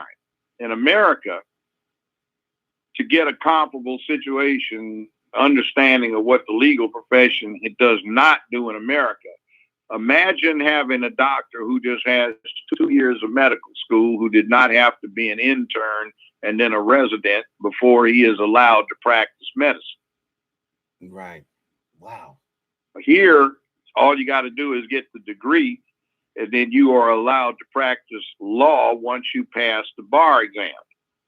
In medicine, you get the degree, pass the medical boards, then you are allowed to be an intern and a resident, or at least ultimately, but you have to be trained by somebody close, hands-on, eyeball to eyeball training.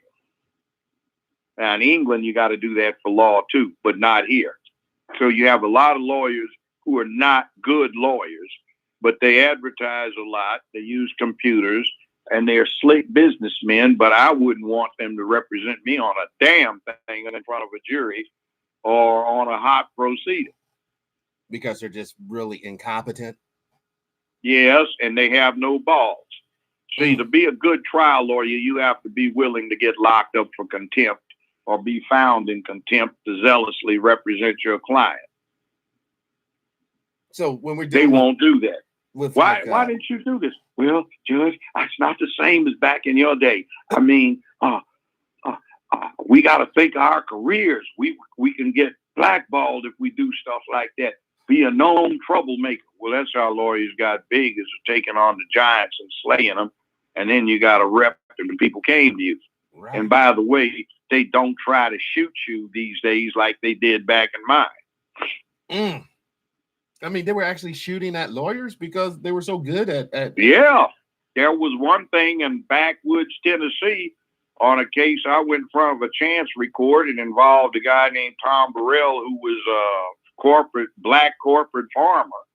and a young lady whose grandfather left her 80,000 acres of land that I had to get an injunction dissolved because these guys were renting all 80,000 acres for $15.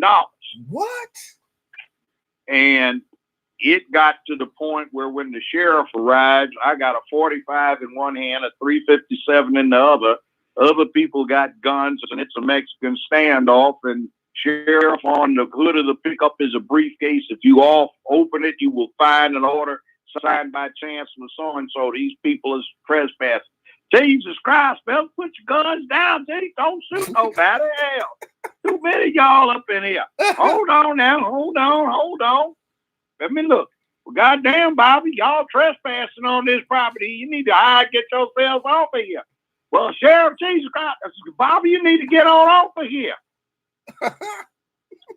You see what's like going that. on? I tried this guy, Ron Ward, who got convicted by an all-white jury, sentenced to die, but I got him off of death row.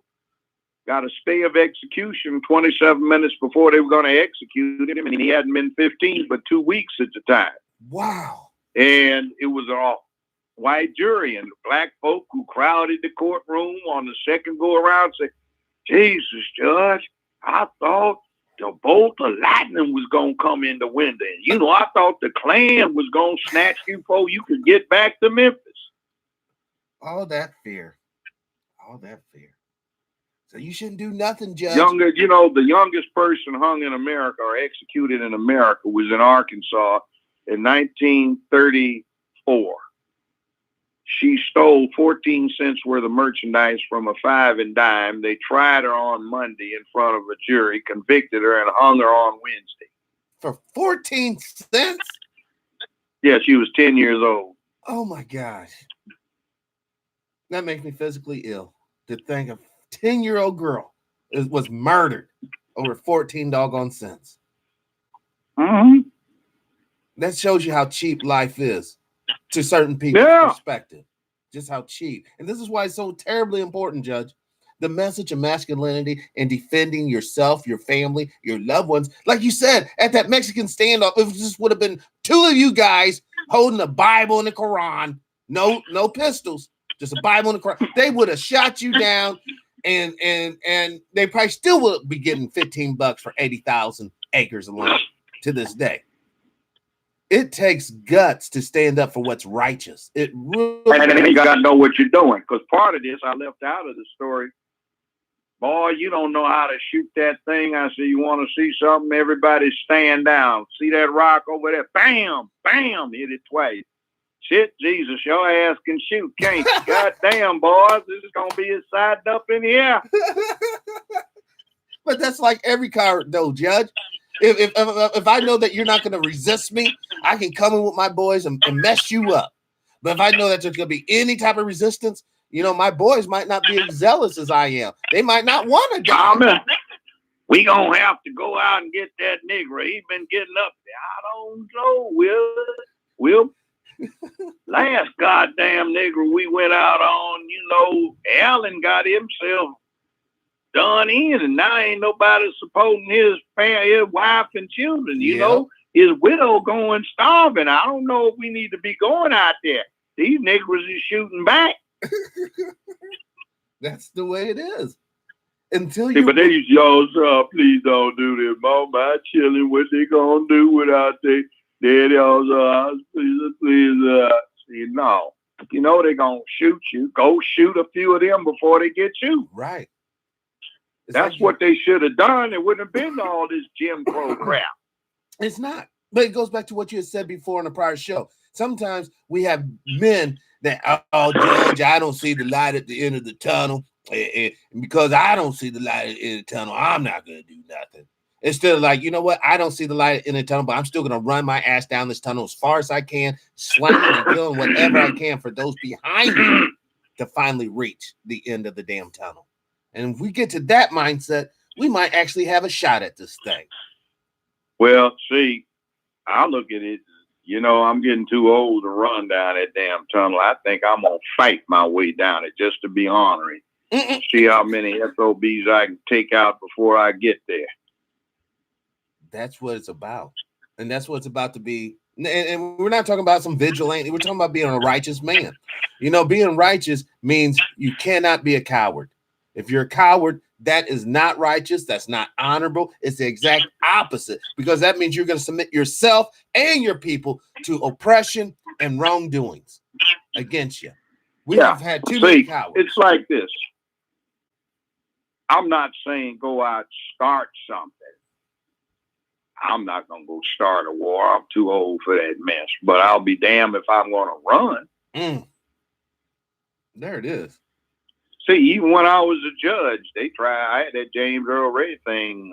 5 people tried to break into a house I was in at 3-something in the morning and killed me. There was a shootout. There were blood trails front and back. But I knew the director of police. He's dead now, but we went and checked. There were no police reports. About 20, 25 shots were fired. Nobody called the police, or at least there were no reports taken, and there was nothing coming out of any hospital. Killing is something else. Like, for example, I tell this story just to show how it gets on a top end level. 1989, this happened. 1990, this happened. And I wound up with the case on trial early 1991. 7 men had a mining concession from the government, and they struck a diamond lode up here in Arkansas in a national park. Well, Oppenheimer de Beers sent representatives over here to tell them what they were going to be paid for the diamonds. They said, go to hell, that's not enough.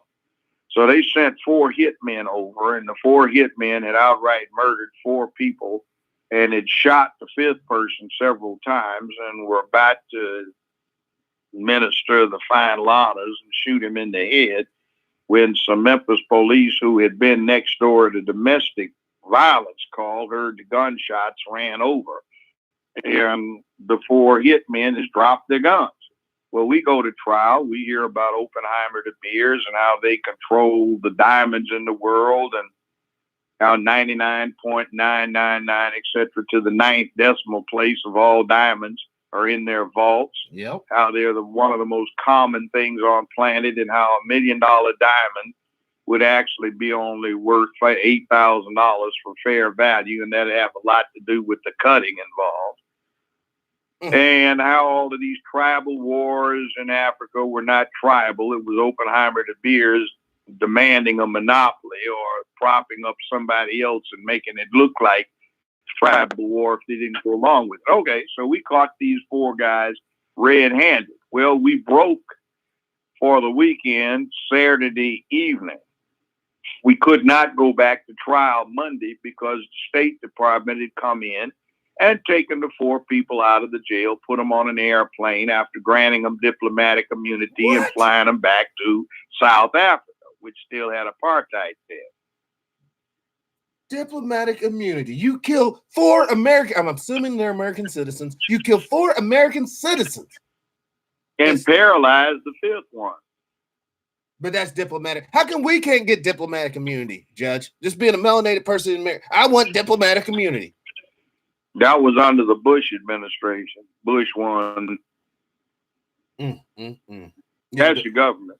Mr. Well, now this is for the uninitiated, the young folks. The Bush that he's talking about is the famous Bush, George W. Bush's father, that would speak of the New World Order. He was really big on the New World Order. Well, but he was the one that gave out a monthly award for kinder, gentler people. Kinder, gentler. It's called Kinder, Gentler Award. Oh my gosh. And really, and I'll say this, I know that there's a lot of documentaries on the subject, but the actions of the Bush family is what basically predicated the Gulf Wars that we've been in since 2001. Well, yeah. See, when Hussein took over Kuwait, he nationalized everything. Well, the Bush family enterprise was all held by a holding company known as Zapata Offshore Oil Incorporated, which was chartered in Kuwait. So that made the Bush family destitute. Now, Kuwait was split off from Iraq in 1922 at the impetus of the Winston Churchill. The Royal Navy had some problems because they weren't paying attention to science, technology, engineering, and math. When they designed the whole British fleet, they forgot that if you fired a shell at long range, it comes down at a steep angle. So they put all their armor on the sides of their battleships, and they found that they were very vulnerable because they forgot to armor the decks to plunging fire. So the whole British fleet was just strong on paper, but not in reality. So they had to re-armor all of these warships, and they needed to convert them from coal to oil. So the English didn't have any supply of oil, so they decided to split off Kuwait from Iraq so they could get an oil supply. You've heard of Lawrence of Arabia. They did the movie about him. Yes. His mission was to find some place that the British could snatch for oil. So when Hussein nationalized everything in Kuwait and went down there, and we said invaded Kuwait, there were Iraqis who, within their living memory, remember Kuwait as part of Iraq. They were just getting their own land back. Right. So there was that. When you get Gulf War II, George Herbert Walker Bush was now out of office, but his son, George Walker Bush, was very concerned that the family corporation, Halliburton, was trying to get pipeline rights in Afghanistan and also the rights to exploit Iraqi oil. Well, Hussein signed a contract with the French and Russians, so rest is history. And since 2007, the last I checked, Halliburton was netting, not grossing, but netting $2.3 million every 7 hours of the clock in Iraq. Crap. That's now, wow. Dick Cheney, the vice president, had been CEO of Halliburton, and everybody thinks Bush was his flunky, but that's not true. See, Halliburton was reincorporated in Oklahoma in 1946 by George Herbert Walker, who was Uncle Herbie to George Herbert Walker Bush and great Uncle Herbie to George Walker Bush. So that was the Bush-Walker family enterprise. Now, ordinarily, by law, a president must have a trustee take over all of his investments and sell them off and divest the president of those interests and then secretly acquire others of equal value. Well, in this case, there were so many Bush and Walker family members that you couldn't cut out that it would have been useless anyway. So that was a loophole. But anyhow, pipeline rights in Afghanistan, well, you can't get them because it's too chaotic. So Halliburton's still trying to do it. Afghanistan, why is it so chaotic? Well, let's go back to the American Revolution. You remember the Boston Tea Party of some infamy. Yes, sir. Teeth. George Washington had no teeth because all of them except 4 of them had rotted because he liked tea sweetened with sugar. And the English love their tea, and they have tea time, you know, tea and crumpets and all of that, you know, pip, pip, cherry out. And the last effective emperor of China decreed that only gold bullion could be used to purchase tea. So the English were going broke, which was one reason why the Americans got free. The English simply couldn't afford to carry on any more war and deal with Napoleon at the same time and the French Revolution occurring. Right.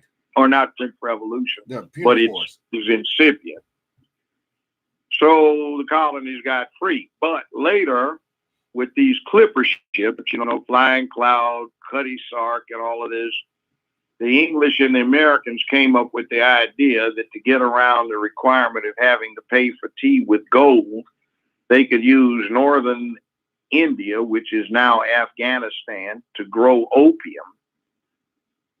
take the opium quickly on these clipper ships to China,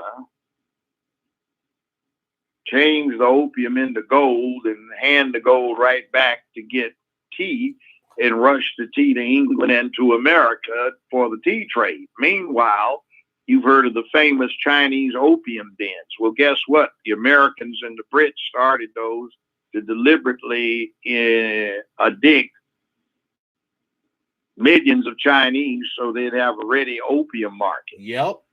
And in 1950, when Mao Zedong invaded Korea to back up the North Koreans against the United States and Britain, he said, no people who deliberately addicted this many humans to this filthy drug opium deserve to run anybody, because the U.S. had an agreement with Chiang Kai-shek, who was the leader of the national Chinese, now on Formosa, that if he was restored to power, he'd let the U.S. and Britain go back to that opium for tea thing. Wow. So that's what the leaders of Taiwan guarantees. Now, if you want to get religious, if it goes around, comes around, all these white folk have an opium epidemic, but then the U.S. government is directly responsible for tens of millions of Chinese being addicted to opium 100 years ago. You've heard of the Boxer Rebellion? Yes, sir. 1906 in China? Yes. Well, what that was about was the Boxers were Kung Fu societies, and they said, we have to stop this importation of opium. And they rebelled, so the U.S., the Brits, the French, the Germans, Japanese, and the Italians all sent in their Marines to force the Chinese to let the drug trade keep going. That was part of the century of humiliation that Chinese suffered. Don't forget, folks, China is one of the civilizations in human history that we can track back 4,000 years, a consistent society. So what the judge is saying, and this is amazing information, Formosa, better known nowadays as Taiwan. That's where after the Communist Party rose up in China, the old Chinese leadership ran to there. And then they're going to reacquire it pretty soon, I would imagine.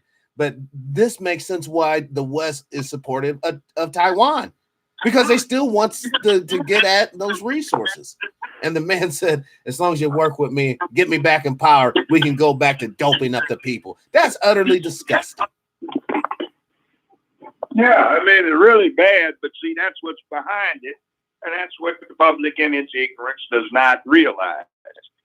See, it's 2,000 plus years ago, Julius Caesar said, if you want to run the masses, what you need to do is keep them fed and entertained. Give them bread and circuses, he famously said. Correct. The circuses were the gladiatorial contests, the horse races, and what do we have? NASCAR, NFL, NBA, MLB, golf, all of this other stuff. Those are the circuses. The Atlanta Housewives, the Kardashians, Pose, Empire, and all of this, Juicy Jesse Smollett and all that kind of stuff.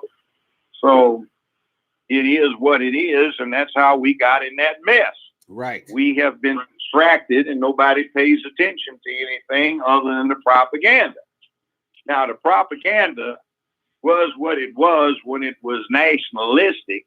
Now it's anti-man, so you are having the families destroyed at an accelerating rate in the name of people who don't like men and think the world would be better off without us. By the way, I listened to many conversations by these feminists in Hollywood where they were pulling for cloning so you wouldn't need men. Why don't we pull for a vaginal bag so you don't need these whacked out females to have your children? You just could basically ejaculate in a bag. It somehow, has an egg in there. Boom, bada bing. That's so unnatural. And for a man to say that, they'll be like, oh, you're just so wrong, True. Why would you say that? But I'm just saying, when we come to, let's just cut off men's balls, everyone wants to clap. Yay, let's destroy the men. But when you say, well, let's destroy the whacked out chicks, oh no, you're an evil guy. No, let's preserve both male and female. Masculine and feminine energies comes together to create the future, and that's the children in which the masculine and feminine aspects have both equality in raising that individual into becoming a prosperous adult. They think they are in an unfair situation, that they have been used and abused. Oh. They don't realize it's a crap game, and there's a 50-50 chance of them having XX or XY. Right. And they don't get it. They want everything to be nice, but they don't understand that Mother Nature is not necessarily nice. When you piss her off, it gets to, she acts a real bitch, and she causes what they have termed extinction. Mm. So you find that the cows don't have their sensibilities dealt with when they get milked. But, okay, so maybe we understand they should be sensible cows and Bessie should be treated well. But then again, the lions love to eat beef too. So do tigers. And everybody loves rabbit and chicken. I hate to be a chicken. Hell, my parents used to like chicken, baked chicken. So, is what it is, and that's the way nature works. And we've got another little problem that NASA talks about, and that is a big, massive, supergiant, red supergiant star. Yes. That is Beetlejuice. You know about it. And yep. Beetlejuice is very close by. And the problem with Beetlejuice is that it is in danger of going supernova. Gamma burst. If its axis is pointed in the wrong direction, Earth gets fried. Everything on it, including us. And the problem is we get no warning because the wavefront of the energy is propagated at the speed of light. So when we find out about it is when we get fried. Now it's about 50 light years away, which is not out of range. And that means that anytime, 50 years ago, it could have blown. We won't know it until the wavefront gets here and we get fried. Right. And all the praying in the world is not going to stop that, folks. This is why science is so important. With science, you can predict future events. So we could already be dead. And not even know it. Just don't know it until day after tomorrow. See, when the wavefront gets here. Judge, how do you... there's all kinds of stuff out there that's nasty, which, by the way, is one good reason to get off the planet. So yes. People don't get all done in by something like that. There was an asteroid, big rock the size of the Statue of Liberty, that flew by a week and a half ago. Near miss. If it had hit, it wouldn't have been so bad. Just an explosive equivalent of about 500 megatons, which is 500 million tons of TNT. Wow. Which is one hell of a big ass bomb. Wow. It probably just would have wiped out a city or two or three, but it missed us, but it's still up there. And, people don't pay attention to what's necessary to defend against that kind of stuff. So, it is what it is.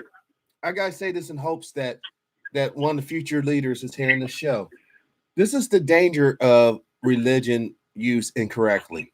When you're just gonna sit here and pray, not make any preparations for future realities, future cataclysmic events that's going to happen.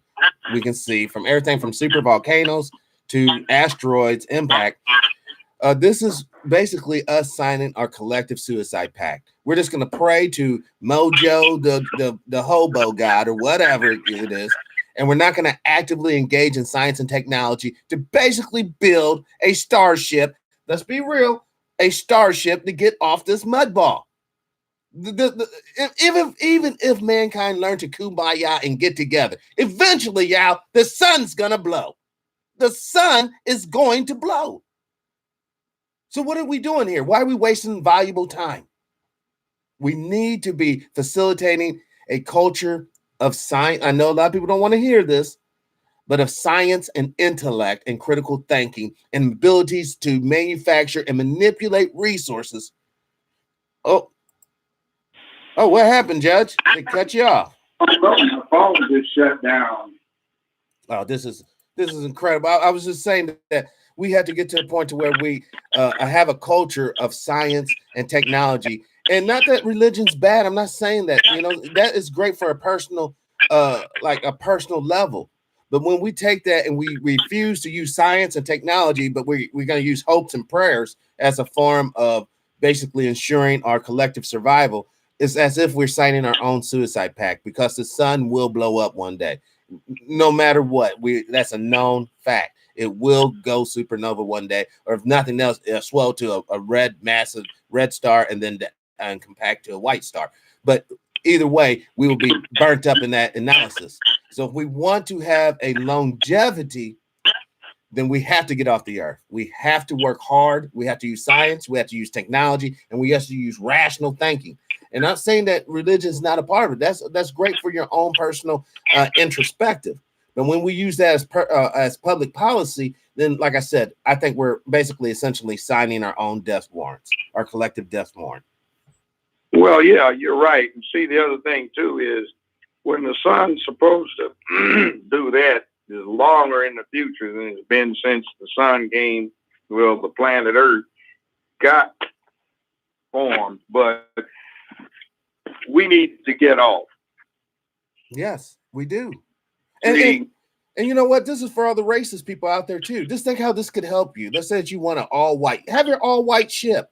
You guys can just get all the stuff and get together, and you can have your cheesecakes and coffee and whatever, and fly off. And then people who want to have an inclusive, a genetic diverse group, so that you don't have mutants a few generations down the line, we can go off on our ship, and then you can have your total Asian or black ship, whatever. It doesn't have to even be like that.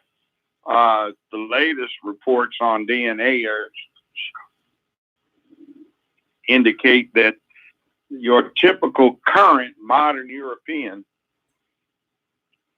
has 1/3 of his genes from recent non-early migratory African stock. Like the Moors? The Romans. The Romans. Moors got called different things. Basically black. Where Al-Andalus at Spain, they were the House of Fulani from northern Nigeria, who formed a lot of cavalry units. For the Mediterranean, they were swarthy Arabic types, also from the Sudan, which look like black Americans. So there's a lot of that in there. And like in England, interestingly enough, your typical Englishman has a high percentage of African genes because the last 2 legions sent to England got recruited from the Sudan and from the south of Egypt. So there was a lot of African in them, and they were getting all kinds of Celtic nookie into second, third, fourth, the beginning of the 5th century AD, and then when they snatched the Roman legions out in 410 to deal with the Huns and left England alone, they still had a lot of children who were half black in England, and they didn't go anywhere. And then you got England had 1.5 million black slaves that they emancipated in 1743. Who were not deported. They just bred into the English population. Right. So your typical Englishman had a lot of black in them. So why is England still so staunchly racist? Is it just an economic thing, or is there some sort of, almost spiritual, cultural element behind that, you think? They are racist, but in a way, they're better off than we are. Look, they got a princess now. Mm-hmm. Meghan Markle. But,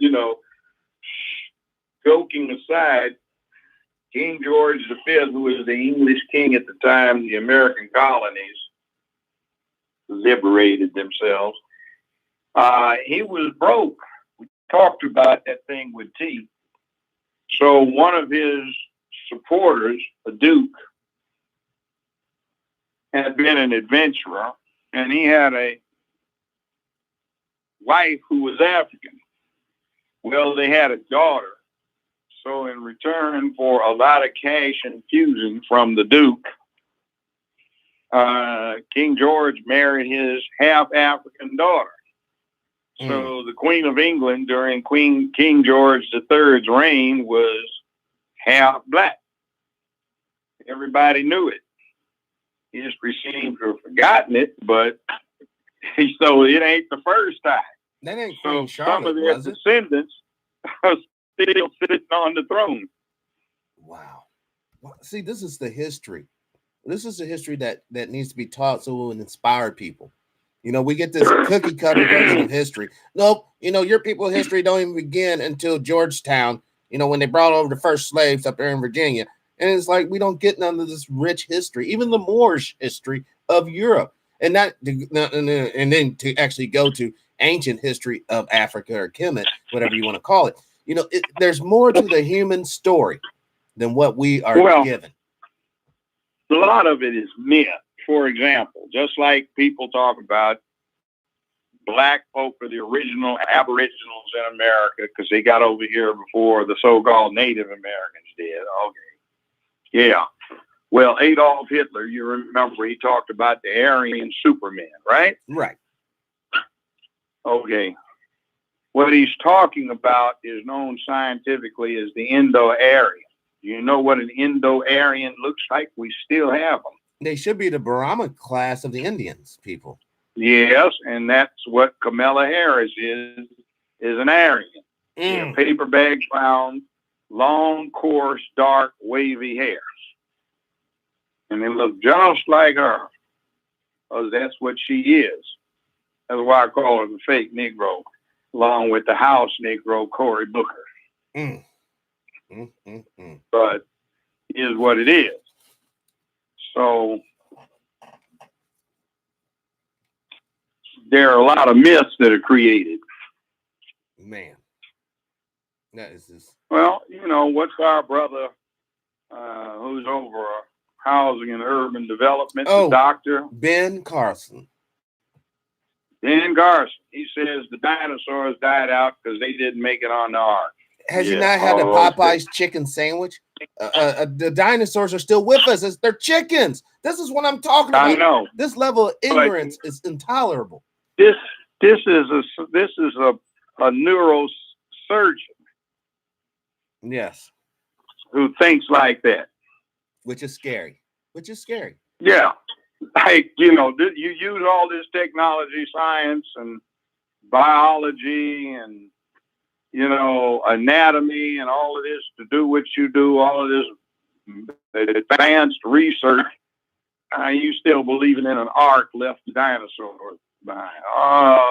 Okay. All right. Okay. But, you know, my whole question with the ark, once again, how did the animals in Australia get on it? How did the animals in the so-called New World get on it? Hell, how did the animals in the far reaches of Africa, Asia, and Europe get on it? It starts to fall apart rather quickly. Now, there's been archaeological evidence to prove that there was a regional flood. But even then, you know, it's kind of hard to believe a white guy, because let's face it, you know, it's presented, Noah's presented as a white guy in most sense of the deal, has a white, black, and I guess a brown or Asian son. Because, you know, if not, then how did all these other races of the human family come about after the so-called flood? See, this is why religion is dangerous when we don't use it just in a personal level. We start trying to use these, like you said, I guess, for lack of better words, fairy tales for public policies. It becomes quite dangerous. Well, here's the thing. Here's the thing. On that, there's a little homework assignment. Get a book called Gilgamesh. You can get it at Barnes and Noble, or you can order it from Amazon. And it is the world's oldest literature. They found multiple copies in Sumeria and Babylon on clay tablets, and it lists that it's old beyond remembering. and comes from legends when ice was still on the earth. That's the ice age, right? Right. And there's a Noah in there. And what this Noah did is there was a flood, and he didn't save all the animals 2 by 2 and all that. He saved breeding stock and seed stock because a goddess who loved humans tipped him off that there was going to be a massive flood. After the flood, it rained for 40 days and 40 nights on some of the versions. Now, archaeologically, it looked like there was a large natural dam that confined where the Black Sea is now, an area almost as inundated with water as the Mediterranean is.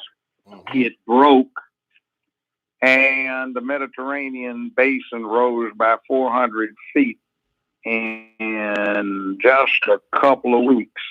Real massive flooding. It would have probably rained for 40 days and nights afterwards because of the local infusion of moisture into the atmosphere from the spray, etc. Right. So again, if you have a small little ark, you can save a lot of food stock, seed stock, and a few sheep, goats, horses, and bovines and pigs, etc., which doesn't go worldwide anyway, because that's not the impact. It doesn't impact Africa. It doesn't impact Egypt that way. It doesn't impact the Canary Islands that way. It doesn't impact South or North America that way. So it's just a legend that seems to have been based on a natural disaster like a tsunami or something hitting, or a bad earthquake, or Mount Vesuvius when it blew. Yes. In historic times. So, I mean, things happen, but they get made into myth. And by the way, the whole thing about Adam and Eve is the earliest traditions show it's not Adam and Eve, it's the tribe of Adam and the tribe of Eve, which split off from the tribe of Adam. It reunited. You know, the rib taken from Adam's side, that is a euphemism for an offshoot of the tribe of Adam going off and becoming the tribe of Eve. And then a woman from the tribe of Eve marries Adam, a man from the tribe of Adam. So they get their husbands and wives from each other. That can be a thing from way, way back when humanity was first getting established. Get what you get. Right. And then biologically, if you analyze DNA, it looks like at one point during the height of the Ice Age, the human stock got reduced in Europe down to maybe 400 or 500 breeding couples. And if you included all of Africa, there would have been maybe 1,000, 2,000 breeding couples of humanity in the whole world. Wow. So there is a bottleneck. And as far as everybody is concerned who is of non-recent African origin, there is in fact an Eve, and that Eve is basically one of the women who left on the migration out of Africa maybe 80, 95,000 years ago. And what happens is she was the only woman alive who left a descendant female on every generation that followed. Sounds weird, but Mutiny on the Bounty. The 14 mutineers had 14 English last names when they settled on Pitcairn's Island after the mutiny and burnt the ship. Well, when they rediscovered it, there were only 4 names for the islanders because only 4 of the original 14 mutineers' families had had a son every generation since. Wow. So you only had 4 names, but in what happens is technically you had one woman who had a daughter, or granddaughters, great granddaughters, while other women may have had sons, grandsons, whatever, but no female descendants. So what happens ultimately is this woman, who is technically Eve for most of the world, from 85, 90,000 years ago, is the only one in the diaspora back then who had a daughter or a female descendant on every single generation until all females that came out of that were descendants of her. Right. Now, I had a woman in my courtroom I got in 1994. She was 57.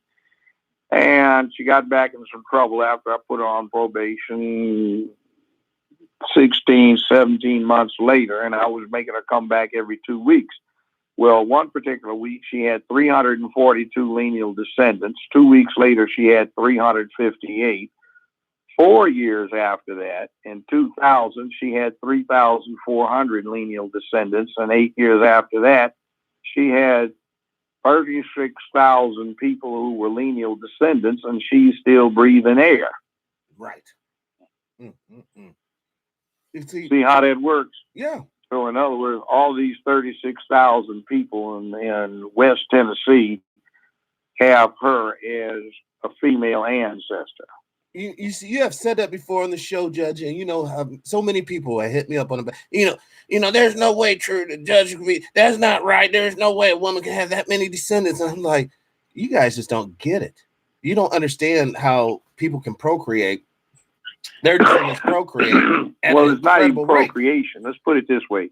The average age of first conception in this family was 11.4 years old. Wow. Now, there is an old parable where a wise man befriends this king and he gives him a boon. He says, "Oh, great magister, what would you like?" He says, "I would like you to do this, O king. Take one seed and put it on one square of the chessboard. Double that on the second square, double that on the third square, double that on the fourth square." He says, "Oh, certainly." Well, he locked himself into a ruinous agreement because there was not that much grain in the whole kingdom. If you just go 10 squares, you go this way: 2, 4, 8, 16, 32, 64, 128, 256, 512, 1,024, 2,048, 4,096, you see. Wow. And you go up, and that's on 11. That's on 12. So you got to go all of these 36 squares, you got an astronomical amount. So if you've got 10, 11 children who are breeding by the time they get 12 years old, let's say, to even the thing off, and they each have 10 children on average, that's a whole lot of people real quickly. Yes, sir. Like and you had some of her male descendants. One guy had in my courtroom, he had 56 outside children he wasn't paying for. 56. He had another one had 43 outside children, and these guys are 35 and under. Damn. And another one had 33, 34 of them. And these are all, obviously not married, out of wedlock. I guess broke. The people of broke, broke, and all of the males had been sentenced not just to jail, but to the penitentiary by the time they got to 23. When there was about 3,400, we could only find 2 members of her whole extended family who had ever worked. And those were 2 girls who were essentially kidnapped by their fathers when their mothers were in the penitentiary, taken to Chicago. They're the only 2 we could find who had graduated from high school and had jobs. Wow. They weren't very smart, but I mean, but at least they had a loving father that found a way to get them out of that horrible cycle. Hopefully they didn't go back in there. This has been a crazy realization of what's really going on out there. Everything from the oil, but before we go real quick, I know we're pressed on time, but before we go real quick, I want to ask you a question, Judge. Who is the richest president ever to be elected in the United States, and why is he so wealthy? Barack Obama. Business Insider reported his income for 2018 as a net of $570 million. Wow. And how does he get that way? Because his adopted father / stepfather was one of the 10 to 15 richest men on earth when he died. He was an oil tycoon in Indonesia. They tried to cover that up. And he left a trust fund with 3 equal beneficiaries. Barack, who was known on his records as Barry Soetoro, Soetoro.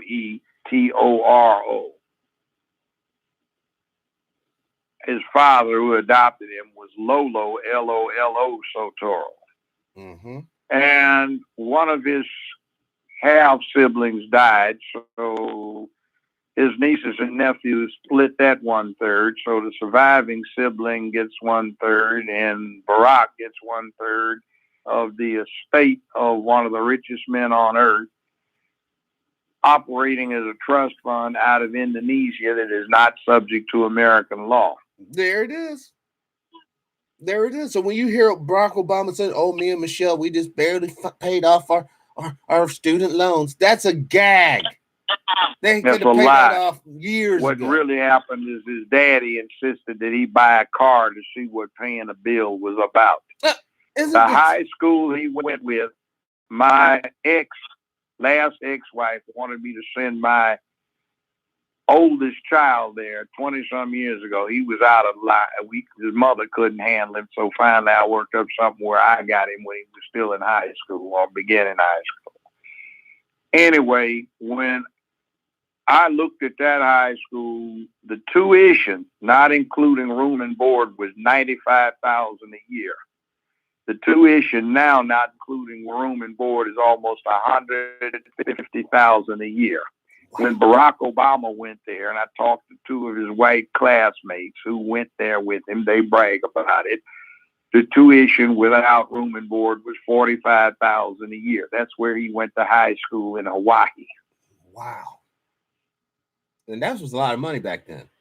That was a lot of money back then. And see, he got sent around the world to enjoy himself. And when he enrolled as an undergrad, as a freshman, he wasn't 18 years old or 17. He was 20 because Daddy sent him around the world to enjoy himself. When he went to law school, he wasn't 21, 22, 23. He was 29 years old. So when he was in law review, he was 30 years old. Dr. Short, Randy Short, yes, who you've heard of Dr. Short. He talks about his experience as a classmate with our Barack, then known as Barry. And then later on, when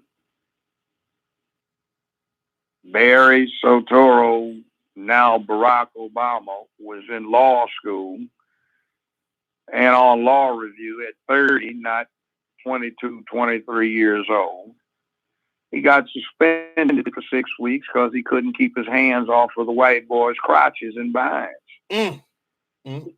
He was tasting and how he didn't have anything to do with black folk when he was an undergrad, didn't nothing but bad mouthers, and he was known as gay. Yeah, it makes sense, Judge. And in his latest book, somebody showed me, I didn't read the whole book, but I read what somebody showed me. There's a page or 2 in there where he talks about he contemplated becoming a homosexual. Well, didn't he have a homosexual? What the hell does that mean? Didn't he have a homosexual like nursemaid as a child, like Indonesian I man? don't know. I thought, but I can tell you one other little thing too. You know, when they have all that stuff, where when there's a function or a funeral or something, George W. Bush giggles with Michelle and gives her candy. Yes. The inside joke is that's the same kind of candy George W. used to give her husband when he was a kid. I've seen a picture where there's Lolo Soetoro standing with a golf club next to a golf cart. There's George Herbert Walker Bush standing there talking to him. And in a second golf cart, there's George W. Bush sitting, and he's got his arm around a looks like 8-year-old kid standing next to the golf cart. That's Barry, aka Barack Obama. Mm-hmm. So the Bushes and the Sotoros have been long-term family friends. The senior Bush was into oil development thanks to his uncle, George Herbert Walker, when he set up Zapata Oil. And at that point, Lolo Sotoro was international executive vice president for Standard Oil. He also was a reserve senior officer in the Indonesian army, and he ran the country's death squad, summary execution, Nazi style. So when George Herbert Walker Bush became head of the CIA in 1975 under President Jerry Ford, who took over when Nixon resigned, well, they cooperated because they had Lolo Sotoro pull off all of the hits in the Southwest Pacific for the CIA. Lady that passed the funding on, who was the bank vice president for Hawaiian Bank, introduced him to her daughter, who was Barack's mother. Mm. So they got together. So the Bushes and Sotoros were long-term family friends. And they profit together at the expense of the they hung out together, played golf together. So that's why if you get back off a little bit, the Obama administration's policies look so suspiciously identical to the Bush administration's policies, except the Bush administration employed more black folk than Obama's did. Wow. And he didn't kill as many black folks with drones as Obama did either. Well, look, he got it naturally. His stepfather was in charge of the death squads. Got it naturally, Judge.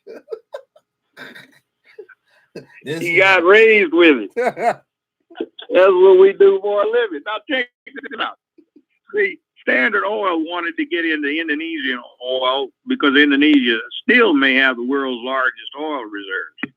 But American law prohibited them doing what they wanted to do. So they said, what better thing to do than to get our executive vice president in charge of Indonesian oil so we can get it that way. We'll make him a sweetheart deal. Plus, since he runs the death squads, he's got the muscle to eliminate anybody who gets in the way, which he did. Mm.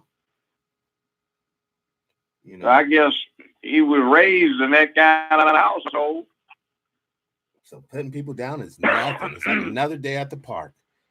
You know, Judge, you know, I just want to say thank you for coming on. You know, this is basically going to kick off my Black History Month programming coming up throughout the next month for sure of February. But a lot of people have accused me of basically being Black history all year round, which I guess I'm guilty as charged. But it's not so much Black history, it's the truth. I like to bring true historical information to the people so that you guys can decide, are you going to buy the corporate media BS? Or are you going to do just a little bit of your own research, maybe inspired by some of the programming, and check and fact check this and make sure it's 100, so then you can share this information with others. Let me say this. See, you see all of these I Spy movies. Yes. And you see the fantastic plots they have. Mm-hmm. These plots are created by Hollywood nerds, right? Right. Now, just imagine hardcore, ruthless, don't give a damn about taking your life type, do this stuff, and what they come up with that Hollywood writers fantasize about. Wow. Now, that's what's really out there. But we come up with myths like, okay, the Illuminati and the Masons, all of this. I'm a Mason. Hell, I'm at the top of the heap on that. I'm also a Shriner. And all this stuff about devil worship and everything else has nothing to do with reality. Apart from what Masonry originated to do, which we need not get into, but it's pragmatic. Right. It's always been about for several thousand years, not just a couple of few of 500 or 600 from the Middle Ages, but way back to when they were building the pyramids, to when they were building in Mesopotamia, to ancient China, to India, deeper down in Africa. It's been about the business of making humans better people and behaving civilly toward each other. Correct. People say aliens built the pyramids. That's crap. If you get high enough in masonry and you pay attention, you will learn how the pyramids really got built.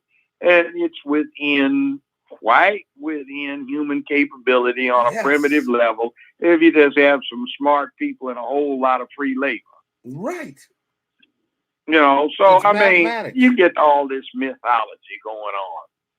But some of that, Judge, isn't mythology. Kind of like if you want to be a Mason, do something to demonstrate that you're worthy, and somebody might ask you if you want to see what happened, and you'll find out. Right. I was talking to it has nothing to do with witchcraft. In fact, that's even forbidden. It doesn't even have anything to do with religion. They've got Jewish Masons, they've got Catholic Masons, Protestant Masons, they've got Zen Buddhist Masons, they've got Hindu Masons, they've got Sikh Masons, they've got atheistic Masons, they've got all kinds of Masons. And it's got nothing to do with what lodge you belong to. It's got to do with when it came about and where you happen to be in the world. Right. It was a unifying factor on a certain level. It had to do with international banking. It had to do with just doing right and wrong and people being selfishly motivated, and you get more and more crowded areas where people needed to start acting right toward each other. That's what that's all about. But it's also,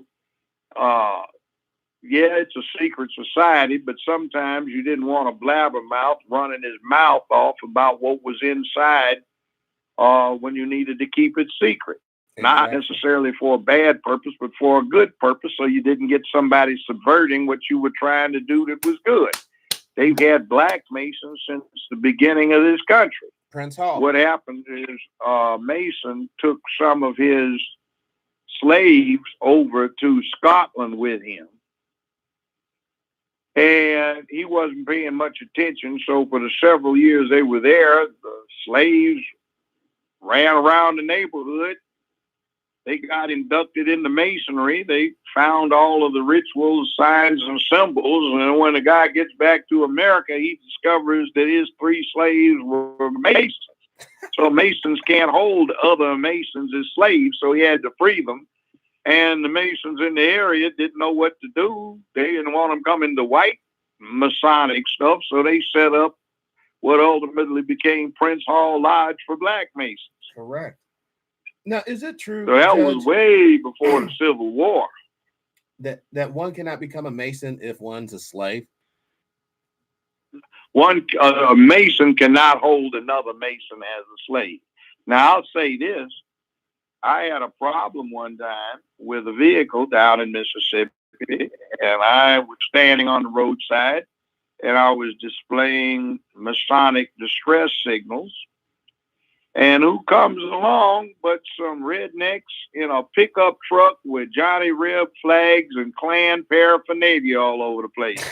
So they tested me, and I gave the correct responses, and they acknowledged they were Klansmen. Whoa. But they gave me a ride, which I was leery about taking to a local gas station, who was also a Mason and a Klansman.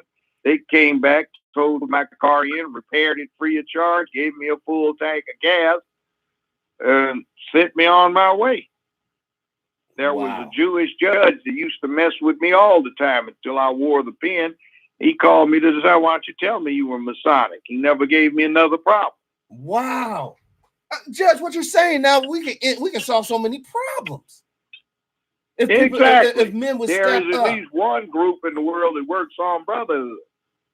Wow.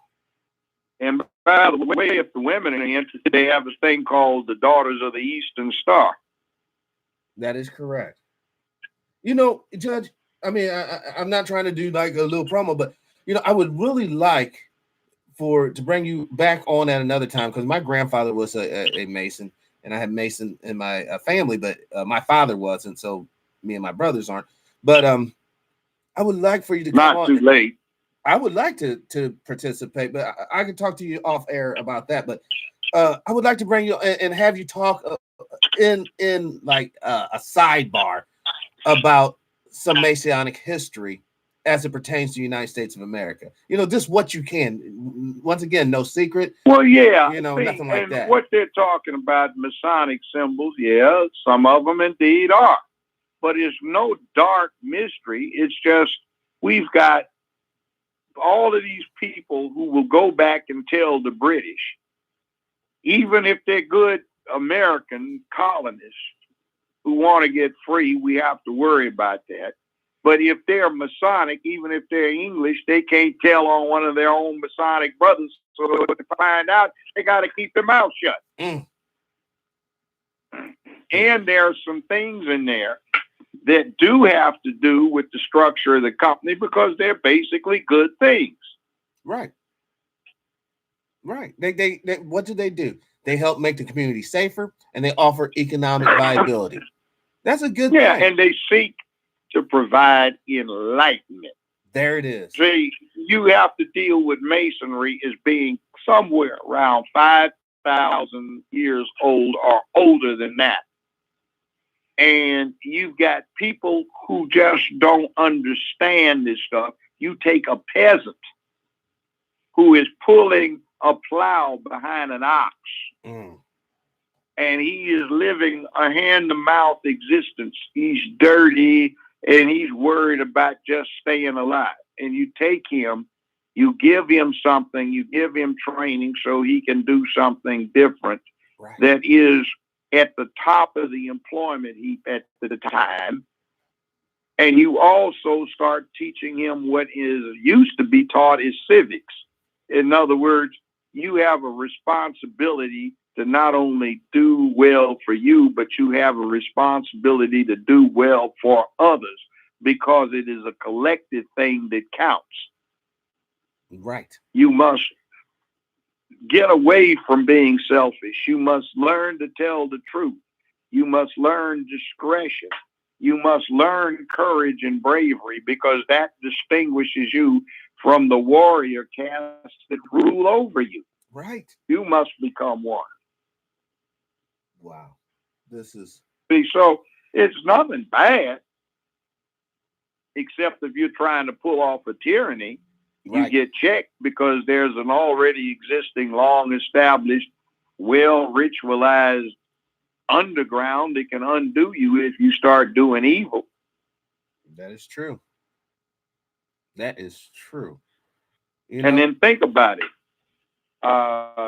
Shrine, you've got a crescent moon and a star, and they're bringing that back from the Middle East at the height of the Dark Ages, when they have the Crusades, and it's killed the infidel.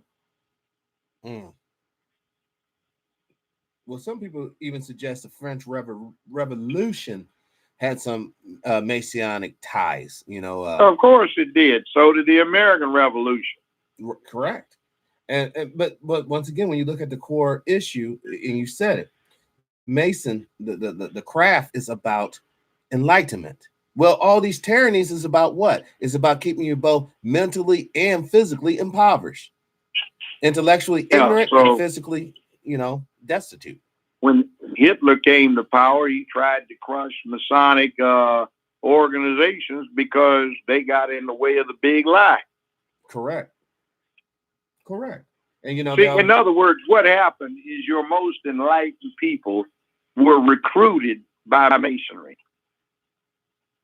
Your scholars, your engineers, your architects, your sculptors, your painters, those who indicated an interest in math, they got recruited.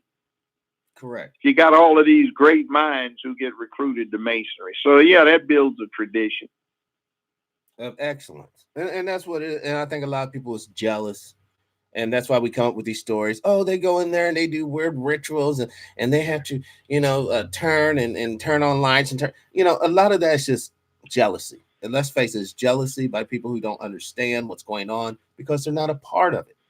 And when you're on the outside looking in and you see that they're, let's face it, I will say this, and I'll leave it at that. I have never met a broke Mason. Now, I'll just leave it at that. I have never met a broke Mason. And I'll leave it at that. Let's put it this way. Some people had to go through Mama Green, that's the Army, or the Marine Corps, the Navy, the Air Force. And interestingly enough, when they are going through basic training and they've got to take toothbrushes to go around and make sure the baseboards are cleaned and the back sides of the fans are clean, take the fans apart and get the dirt out of the motors and everything, clean under the sinks, they think it's ridiculous. You let one of them get shot at a bit and they understand what that's all about. In other words, you thought it was ridiculous and then you found, I got to keep my M16 and my M4 carbine meticulously cleaned if I want to stay alive. Yes. Or I got to keep this 81 millimeter mortar meticulously cleaned, or all of the gearing and machinery in my M1 Abrams clean, or in my M2/M3 Bradley clean, or my Humvee if I want to keep my behind breathing. Correct. Why you got to take 4 men to make up a bed, bunk bed in the barracks? That's so you get people cooperating, so it isn't just a bunch of people standing around scratching their behinds as they go through this thing, this tedium. You got 4 people working on doing it together. Correct. That builds up teamwork.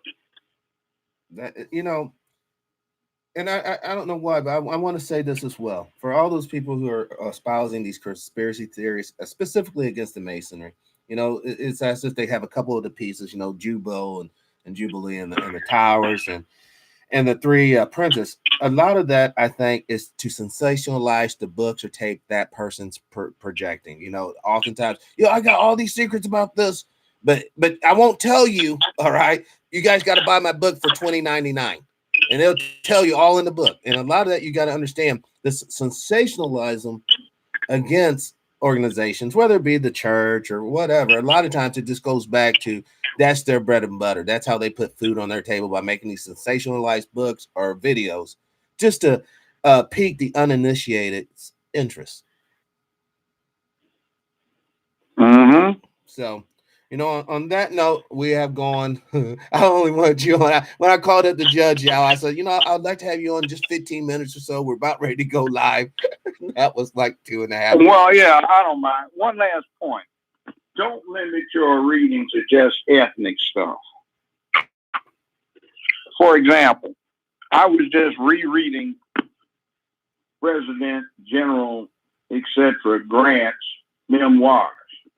And he said at the end of the Civil War, when he was commander of the Union Army, he had a survey done. And at first it astonished him, the results. That is, the results, until he thought about it. He found out that the only completely literate units in the whole Union Army were black ones. Correct. And the black folk composed 1/3 of the largest army in the history of the world at that point.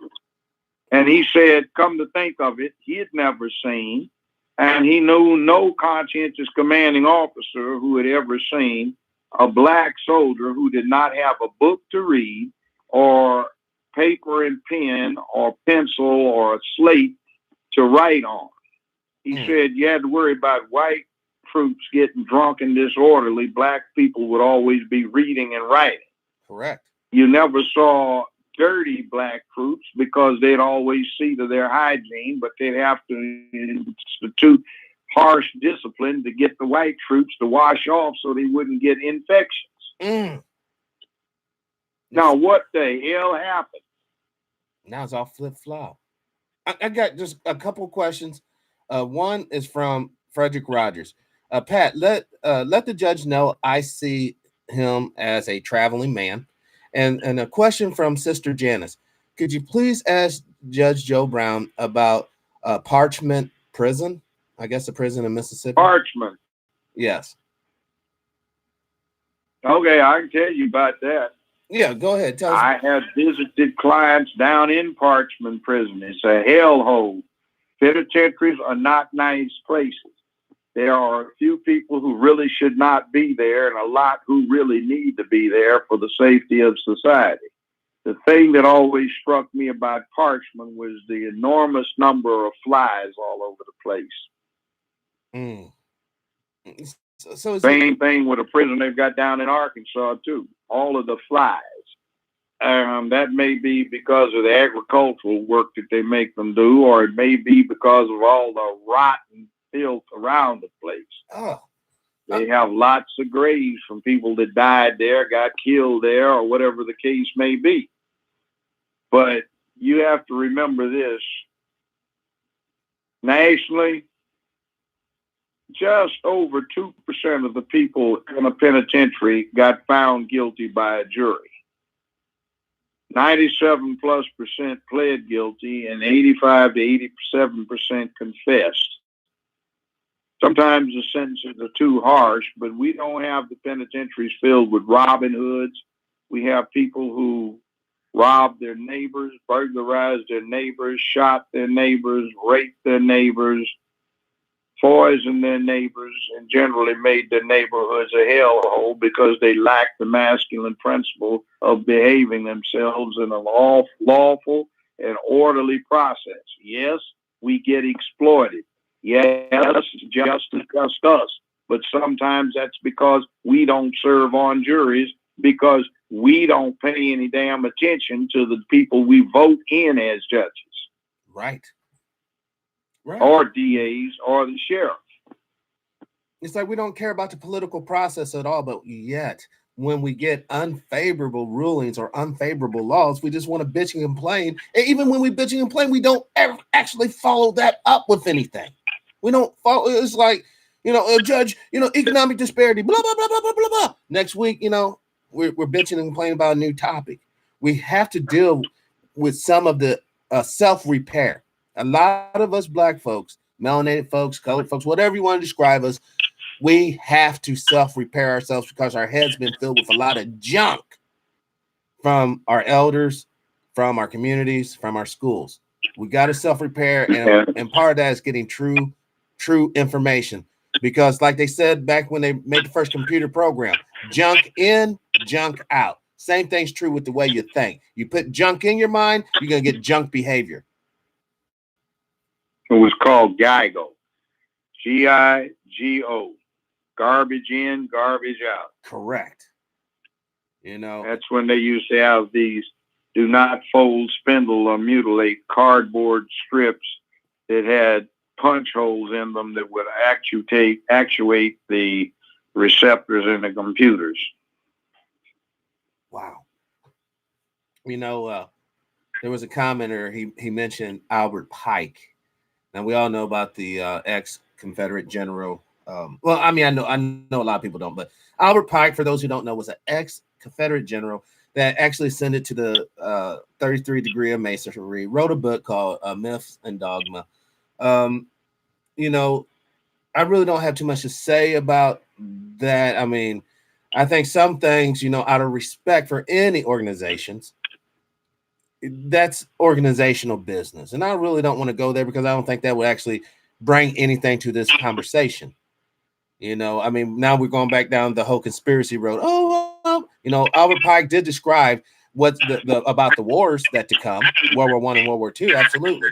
So in that respect, that's almost being a prophet of sorts. But a lot of what we're talking about is basic common sense. If we're working towards an end, and if our end is to enslave humanity, well, then of course you're going to have all these events. But if we're working to enlighten humanity, we're also going to have some situations where people who, once again, if we can pull you out of critical thinking, pull you out of rational scientific thinking, and put you into the mode of reactionary or hope and prayer and asking spirits to intercede physically, when you have the body, you have the mind. Really, we just got to stop being intellectually lazy. At the end of the day, we have to stop being intellectually lazy. Look here, just because somebody is the same religion as you, the same national origin, or the same basic Masonic background does not mean he cannot be an enemy. Correct. Christian Germans shot a lot of Christian French and vice versa. Correct. You see, a lot of Christian Americans shot up a lot of other Christian Americans in the Civil War. Hell, the death toll for the American Civil War is greater than all of the rest of the wars we've been in put together. Correct. You know, Germans fought their nephews and cousins who were in the American army who were of German extraction. England, you know, killed a lot of patriots who were also of English extraction and vice versa. Correct. England had civil wars and they killed a lot of each other off.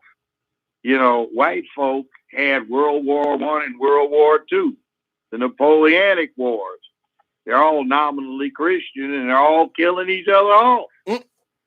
Yeah, I remember reading stories so why about. Do we get astonished when, well, you see so and so and so and so. See, they be killing us. No, they kill each other too. See, war is a ritualization of random violence. It gets real bad. But we kill everything. When's the last time you had a hamburger? Something had to die. When's the last time you had salmon? Something had to die. When's the last time you had some KFC? Something had to die. You know it. You know it. That's what we do. But nobody wants to see it like that. You know, for some reason, people think we can survive on merely sunlight and water. That don't work for us. Something has to die to end up on the plate. And the more you rely on plant material, the more land you need to grow the plant material, which means there's going to be combat or war over territory, which is right back to square one. You can die. Buffalo fight each other for dominance in the herd. Horses fight each other for dominance in the herd. Right. Even a pack of dogs. Predominantly vegetarian chimpanzees will kill each other for dominance in the pack. Because there's benefits of dominance, Judge. In the animal world, obviously, it's sexual gratification. You know, you get to procreate the next generation of whatever creatures you're dealing with. In a human sense, I guess it's the power to control your fellow human beings' behavior.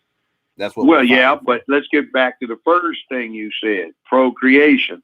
Why is anybody surprised when an alpha male, a boss, is getting more nookie than the people who aren't bosses? That's what herd bulls do. You know, look, I've said this and I'll say it a million times, girls.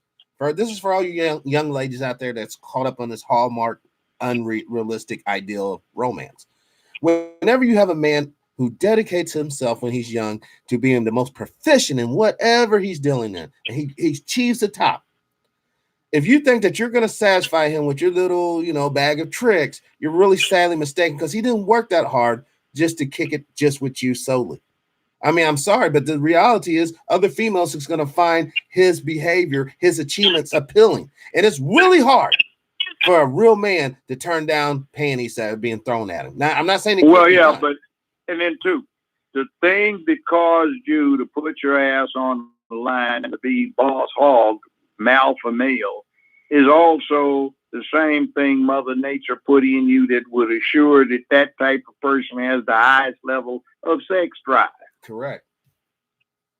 I don't get it when people don't. By the way, they're reinstating legitimacy for polygamy again because only 44% of the workforce is male, 32% of the college freshmen or undergrads rather are male, 36% of the grad students. That means that there are roughly 2 women for every male on the same level. Right. You guys learn how to share. That means one guy, I guess, should share 2 women, so one of them isn't deprived or has to go down from her station in life in order to find somebody.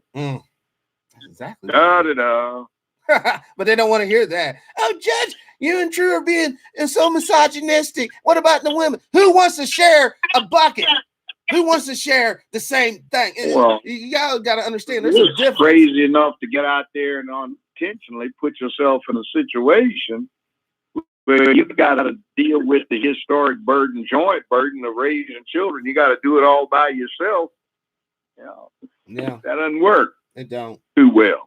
It don't. It shouldn't be a. So I mean, no hard feelings. Hell, somebody just got an XX chromosome, somebody got an XY, and it's a 50-50 crapshoot over what your children will have, XX or XY. Right.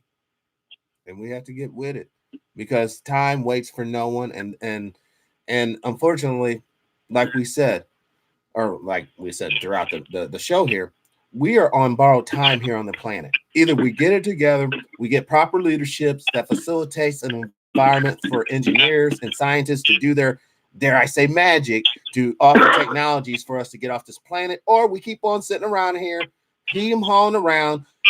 Either we get blasted with a gamma ray or gamma pulse ray, or else the sun goes supernova, or else some sort of virus mutates on the planet.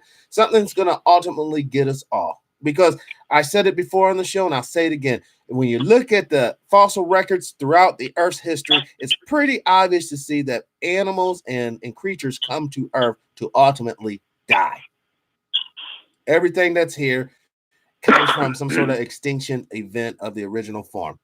Like I said, the chickens are really the descendants of the dinosaurs. We are the descendants of small mammals. All right. And the fish in the oceans are descendants of ancient aquatic life. We're all constantly moving forward. And if you want to stifle yourself with this boxed in ideology, thinking that there's some sort of outside forces that going to constantly allow you to be that way, you're engaging in self-delusion of the 10th power. So, Judge, do you have anything else to say before we wrap it up? Well, we've said it. Keep on pushing. You're part of that process of denuding the effect of the lie with the truth. Keep on, please. I'm just trying to do my small part for this new media. I grew up watching Walter Cronkite smoking cigarettes on the small screen, actually. Then followed by Dan Rather and others. And I just saw the downward turn. I mean, we get most of our news from people who just read the teleprompter. It's like they're not even emotionally invested in the topics that they're talking about. Not saying I'm emotional. They know what MAC makeup to put on, but not much about what's going on in the real world, other than what they get put on a teleprompter and read. Yeah. And we're supposed to look up. Anyway, I got to go roll. I got some stuff I got to do. All right. Thank you, Judge. Ciao for now. All right, brother. Good talking to you. All right. Peace.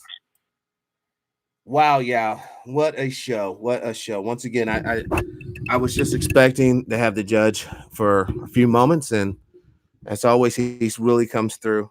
Hopefully you guys enjoyed this podcast today. You enjoyed the program. Maybe it caused you to think a certain way, or maybe even fired you up to actually go out and do some research of your own. I want to thank all the chatters in the room, even the trolls that apparently came through that our mod team dealt with rather efficiently. We crushed the trolls coming through.